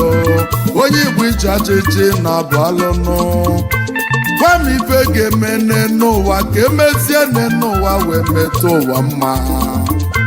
N'ọkwa bụ ndị Igbo bụ nsogbu anyị nwelu, na anyị bụ ndị Igbo na anyị na-agbazi onwe anyị mgba. Gwa m ife ga-eme metụ ụwa mma nụ. Gwazie m ife ga-eme wee metụ ụwa mma. Nnamdi na o nwere okwu nchọla ịgwa anyị. Ichefugo na nwaeze adefu na mbanụ. N'ọkwa na nwaeze ka ịbụnụ. Maka na ama m n'ọchịchị lụrụ ibe nna ya. Iwere pụ ọchịchị lụrụ ibe nna ya. Iwe pụta ka ịzọpụta ụmụ Igbo nụ. Ụmụ Igbo afọ na ị ga-azọpụta fa. Eziokwu na o nwere ife ga-eme gị n'ụwa. Ị ga-adị ike echi, maka na ama m na echi n'ọdụ agwụ. Ndụ gị ga-adị n'afịa naanị izu na anọ. Eke n'orie na afọ na nkwọ ka ndụ gị ga-adị nụ. Onye chụba gị na ọ ga-ada mmiri, ọchụ nwa ọkụkọ nne n'ụwa ya nwada. Nwa ọkụkọ nne n'ụwa nwe ngwongwo nsọ. Nnamdi na mmeli bụ nke anyị. Ome mma melu gaba n'ilu, ome njọ melu n'ụwa gaba n'ilu.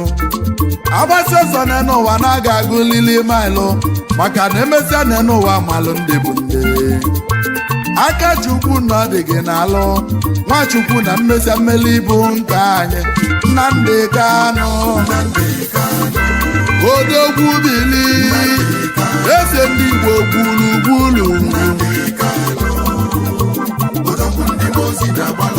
Chukwu ka na-ekwu okwu, Obinigwe na-ekwu okwu, n'okwelu ife gbalụ Jehova ya lee.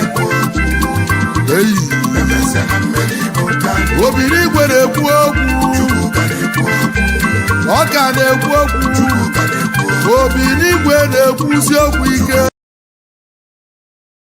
Welcome back. The reason why I'm playing this audio, I don't want anybody to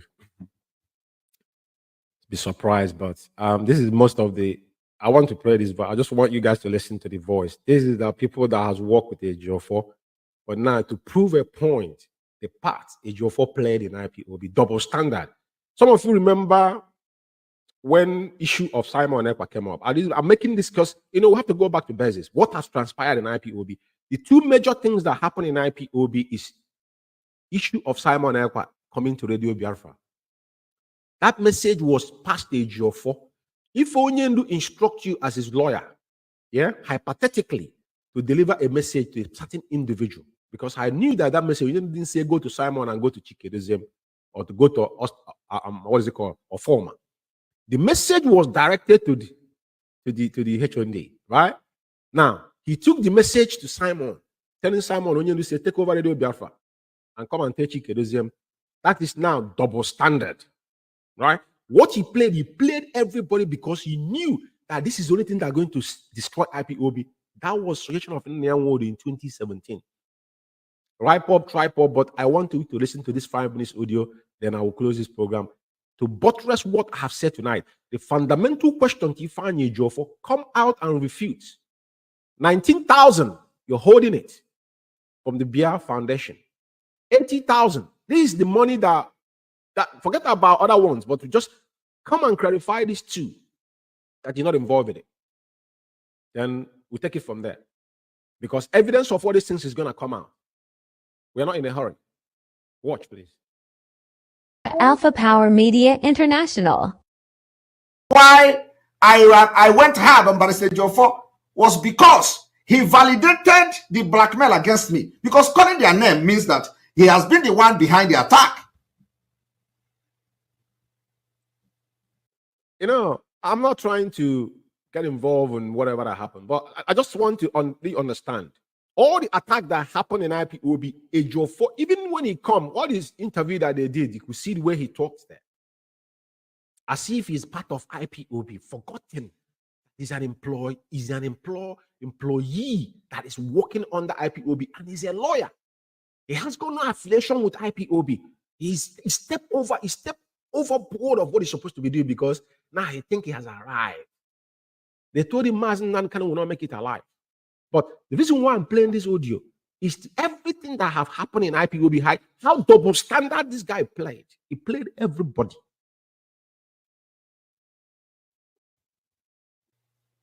And I can never forgive him for that, except there is an explanation. I have defended Barrister Ejiofor right from the beginning till now.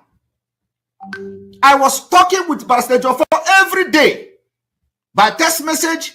Even all this while they say Barrister Ejiofor is not talking to him again, but I communicated with Barrister Ejiofor till this month. You see how the double standard is. This is when we are having issues. You remember when this issue was at its peak, he was playing everybody. I said, I have reason why I'm playing this. I want you to listen very well because they might forget about this. But it brings me back that we have to tell you where we started.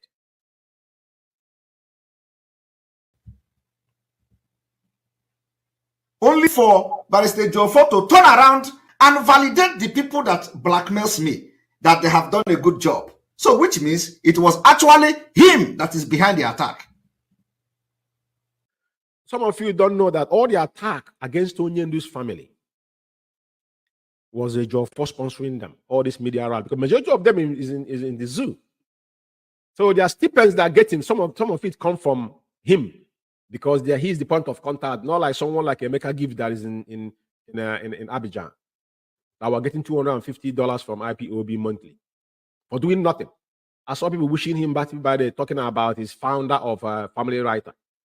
Family Writer is a parallel. His fraction with IPOB, which was opposed the time they brought that nonsense within IPOB in 2017. I was here. I know what happened. And then tell the Nigeria government of they are working with that Simon Ekpa is the one killing everybody. With the attitude of Barrister Ejiofor, it means that Barrister Ejiofor is the one feeding that idiot who cannot write his name what to say on social media. You see, all this while, Barrister Ejiofor made me to understand that a lawyer Jimako is not to be trusted. Did you hear that? But look at it. It is now clear. Because if you ask me, what is the job of the people that... You know, the thing that happened that some people don't understand about this particular individual, when you're looking at this man, even though upon all the money he has, look at the kind of pen, a professional. You know, biro that kids that go to school, to the lowest village in our towns, have that biro. Big. That's what is hanging on his suit, on his monkey jacket suit. It is pathetic. This man is supposed to be in the village, and that's what he's been fighting for. The issue is happening, it doesn't concern IPOB with his kinsmen. He's fighting for no, but it's quite disheartening how devilish this guy is, because he hurt me to my marrow. Many people have died because of this man. He had what this man is saying, Simon Ekpa is saying, because all of them, they were together.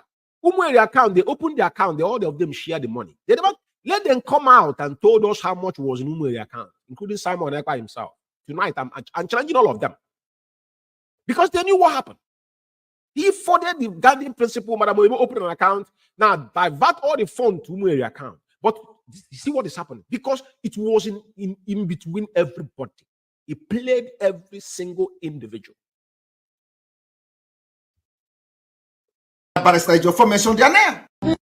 By Who stood up to fight evil. And now, I want this audio to play. This is about Abani. Because these are the people, they are all of them are in together. These are the cabal.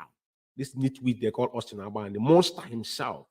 Because that is what they use to propel into our finance. Chike doesn't have the nerve to come to Radio Biafra and say that anybody that wants to do fundraising must contact Austin Abani. Who is Austin Abani? What concerns Austin Abani European rep with the IPOB fund? This is undermined. All this whole thing was driven from that singular act of guiding principle that Ejiofor voted. He voted it without Mazen Nnamdi Kanu authorization. No, he never met Onyendu. All these things will come to light, but tonight, this question is direct to him. I want you to come out and refute it because it's very, very important. It's imperative. I have my reason I'm playing this audio tonight because we need to take it back to basics. Because some people think it's a joke. It's not. When they started, Agbanyu was saying the criminals in DOS like everything I'm doing. I should continue. I should continue. They'll come to Radio Biafra and condemn me. While Agbanyu will be telling them in the meeting, oh, we like what Ekpa is doing. Everybody in DOS, we like it. But they'll come to Radio Biafra and call me all manner of names. This is the double standard all of them were playing. That's why when the guy started attacking Madam Nene, if you remember who started campaigning through Nelly Ofebu, all of them, him that is talking, he was involved. It's not like all of them were in it together. But when things fall apart, but I'm reminding them tonight, because Ejiofor the party play in all this whole thing is mind-boggling.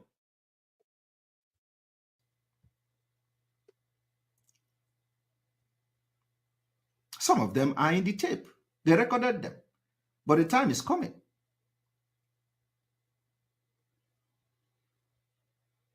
The sanitization have the people that have distinguished themselves, and we have seen things happening. Ejiofor made me to believe that Aloy Ejimakor is a very bad person who don't know his left from the right. Today. So now, when you hear all this media worm attacking Aloy Ejimakor, because he saw him, you know, when they brought Ezekiel from day one, I've told you this, when they brought Ezekiel as a lead counsel, forget about the psalm, the ceremonial psalm he has. I don't care what the psalm is all about. This is my personal opinion. I'm talking about myself. This is my instinct told me that this man is not up to no good because he was playing on the gallery. That is a fact of life, and he proven. Now, Ejimakor, never have contact with him. I don't need to. He's a special counsel for Onyendu from this 2017. He has been Onyendu special counsel. 17, 18, 19, 20, 21, 22, 23, 24. Going to 8 years in counting. He has been there as Onyendu special counsel. Not as he joined yesterday. For avoidance of doubt. So, but Ejimakor qualified in every ramification to lead those council, but Ejiofor couldn't do it. because it was very, very bitter with him. Why would he be Ejimako? But there's not compresses between you two in every ramification. When you Ejiofor one tweet, we destroy all the essay you took 10 hours to write, copy and paste. One tweet, we destroy it. And he's maintained his decorum, what he does. You can see the difference. It's very clear. That's why I said it's like a job. When you go to job and you don't perform, you think they're gonna pay you, you're gonna go home. They will send you home. Nobody employ a lousy employee. You're gonna waste your resource on somebody that cannot deliver anything. It doesn't happen anywhere in the world. Ejiofor could not even file the case in Binta Eko's court, telling him that only my client is missing. Neither when IPOB says IPOB lawyer, but he could not question the prescription of IPOB in court before Ejimako took that case up and won it. That is the fact of life. But I will allow him to speak because it's important. I want to address it before I go. Another 3 minutes, I'm off. Allow Ejimako work, speak for him. Allow Ejimako is not running on. So I'm not here to brush him or anything. No, I have my own standard, how I assess people. Allow Ejimako work is speaking. We have seen Unuma here. We have seen many, at least 2 times now. Ejimako could not even use the work of Aloy Ejimako as an evidence. Nobody know what Ejiofor is doing until Ezeko may enter this case.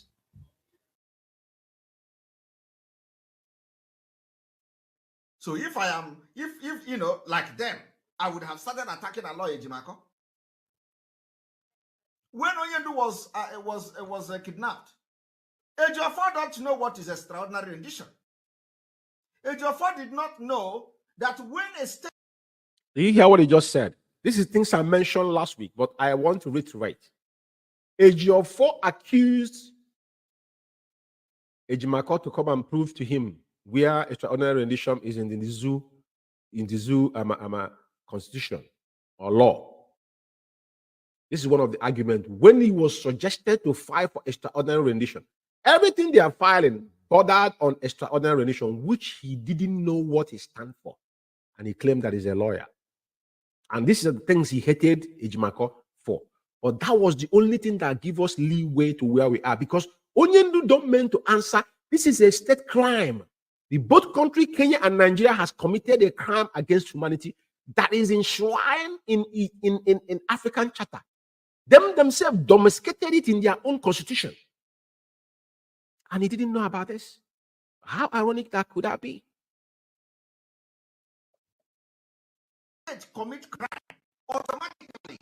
They cannot sit and have the moral justification to try the person in a different crime. If you don't know this law, Ejiofor told that why should Aloy Ejimako come? That he should come and tell him where it is in Nigeria law. Hey! I laugh. I hope he is listening to me.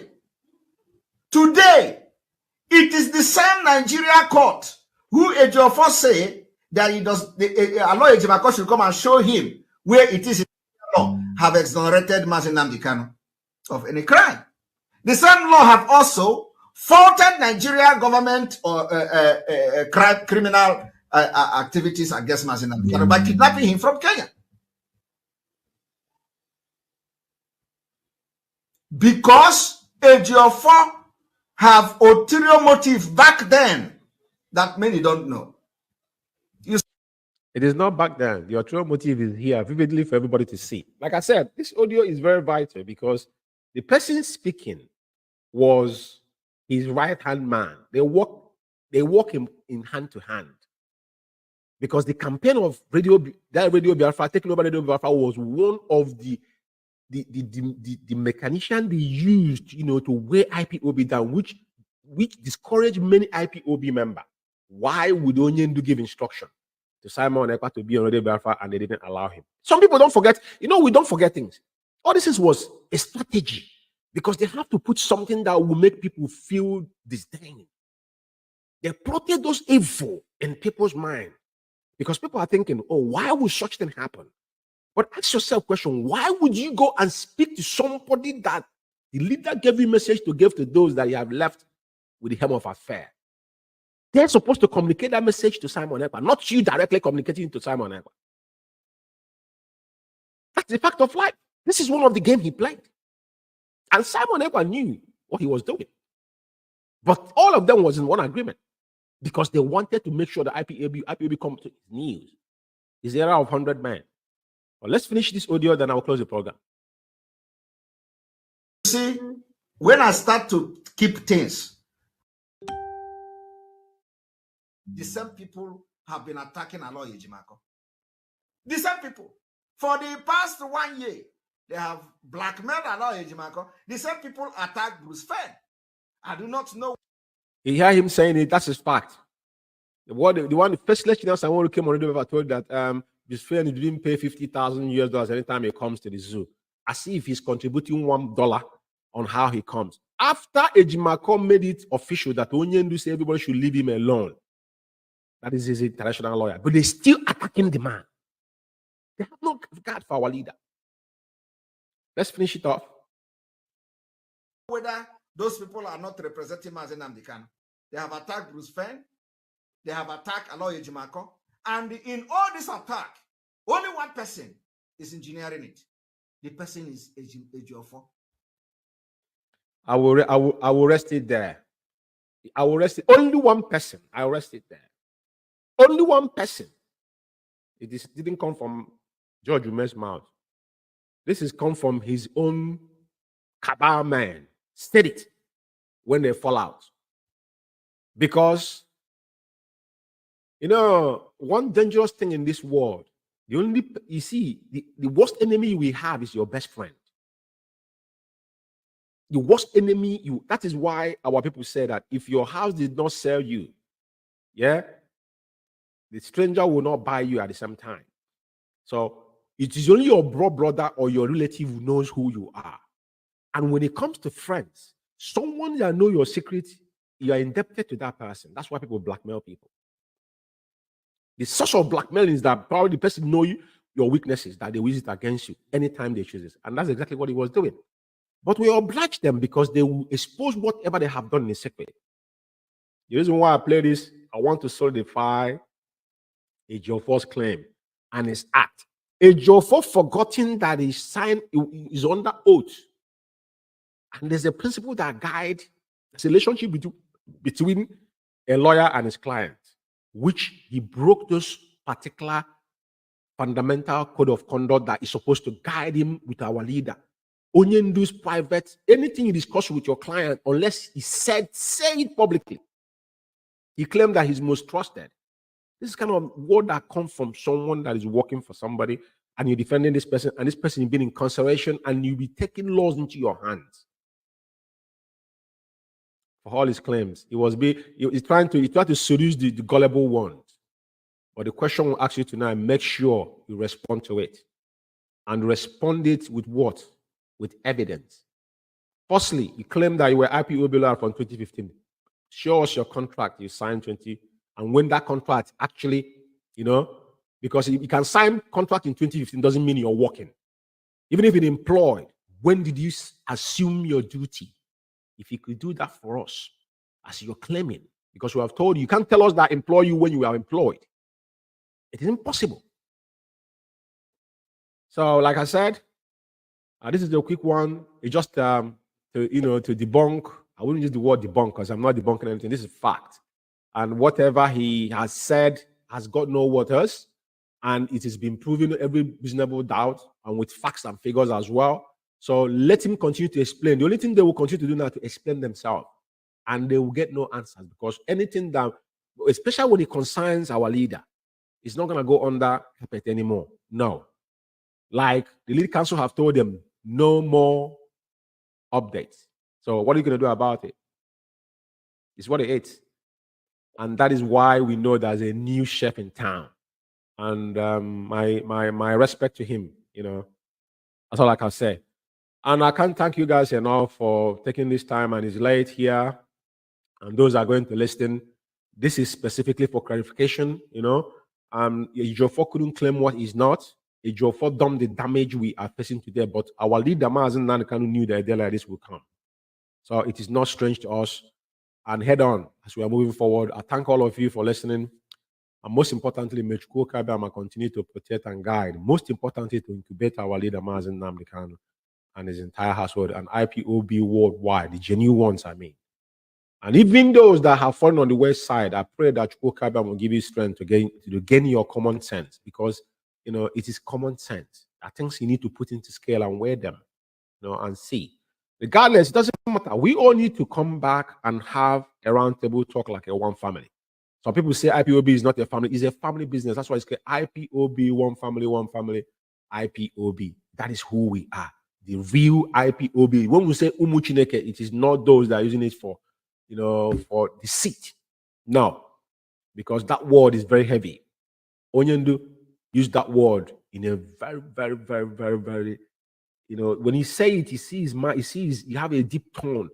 Probably it's all goosebumps when he used that word. It's not words he use often. You know, and like I said, may he guide all of us in Chukwu Kabiyama's name. I pray this night, this morning, night, afternoon, whatever you might listen to me. And let's just listen to this wonderful rendition before I finally close. It's important because Onyendu is our Lord of Lords and King of Kings. Some people might not like it, but that is how I say him. And that is my personal preferences. You could have yours. I won't question it. Some people worship the sand on the ground. Is entirely up to you. You don't owe me anything. I owe nobody anything. I have my right to choose whatever and how I want to worship and who I think is deemed fit to be what I chooses to call that person. Yeah. Thank you very much, fellow comrade. And it's from me from here. It's good night from London. There won't much.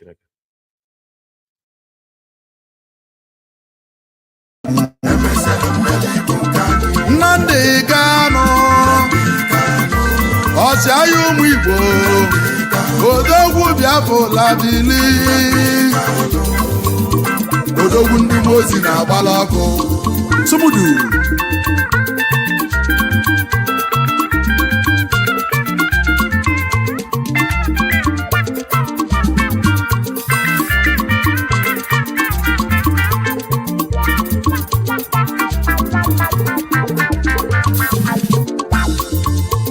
eziokwu na alili na-egbu ụmụnne m na alili na-apịawa mazụ onye Igbo wee gụsị akwụkwọ nụ na inweta ọlụ na Naịjirịa na ọbụzi ọlụnụ na anya pasi lọ ife ọbụla na ịlụ na amị na Naịjirịa na ọbụzi nsogbu ịlụ na polisi bụ ọlụ inye ndị Igbo ọlụ n'ọkwa nsogbu gwa m ibe a ga-eme n'ụwa ka wee metanụ ndị Naịjirịa mmanụ ife anyị nwe ka a na-akọla anyị na mmanụ anyị ka Naịjirịa ji dị ebube mineral and resources anyị nwelu n'ụwa n'ọya ka Naịjirịa si wee dị ebube ma ndị nwe ife na-aga ụlọ na-emelụ falụ ndị nwe ife na-aga ụlọ na-apịawa fazụ Chukwu ka na-ekwuriri okwunu ndị eluigwe ka na-ekwu okwunu basi na-emesịa na anyị ga-enwe mmelinu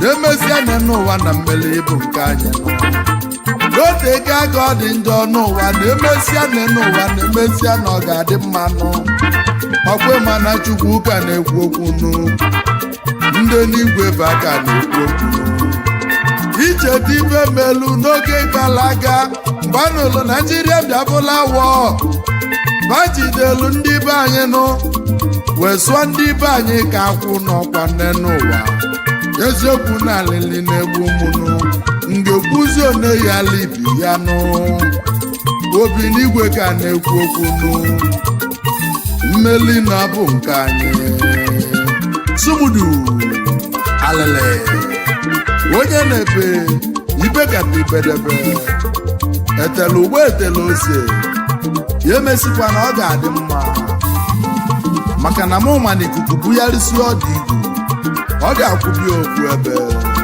Sumudu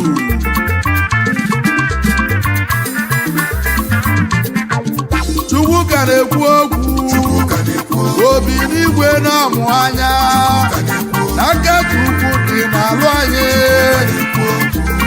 ụmụ Igbo Chukwu ka na-ekwu okwu I see miracle coming on the way. No nwere ife walu Jehova ya le. Chibo. Nnamdi na Chukwu na-ekwu okwu. Nnamdi Kanu. Odogwu ndị Mosi na-agbala ọkụ.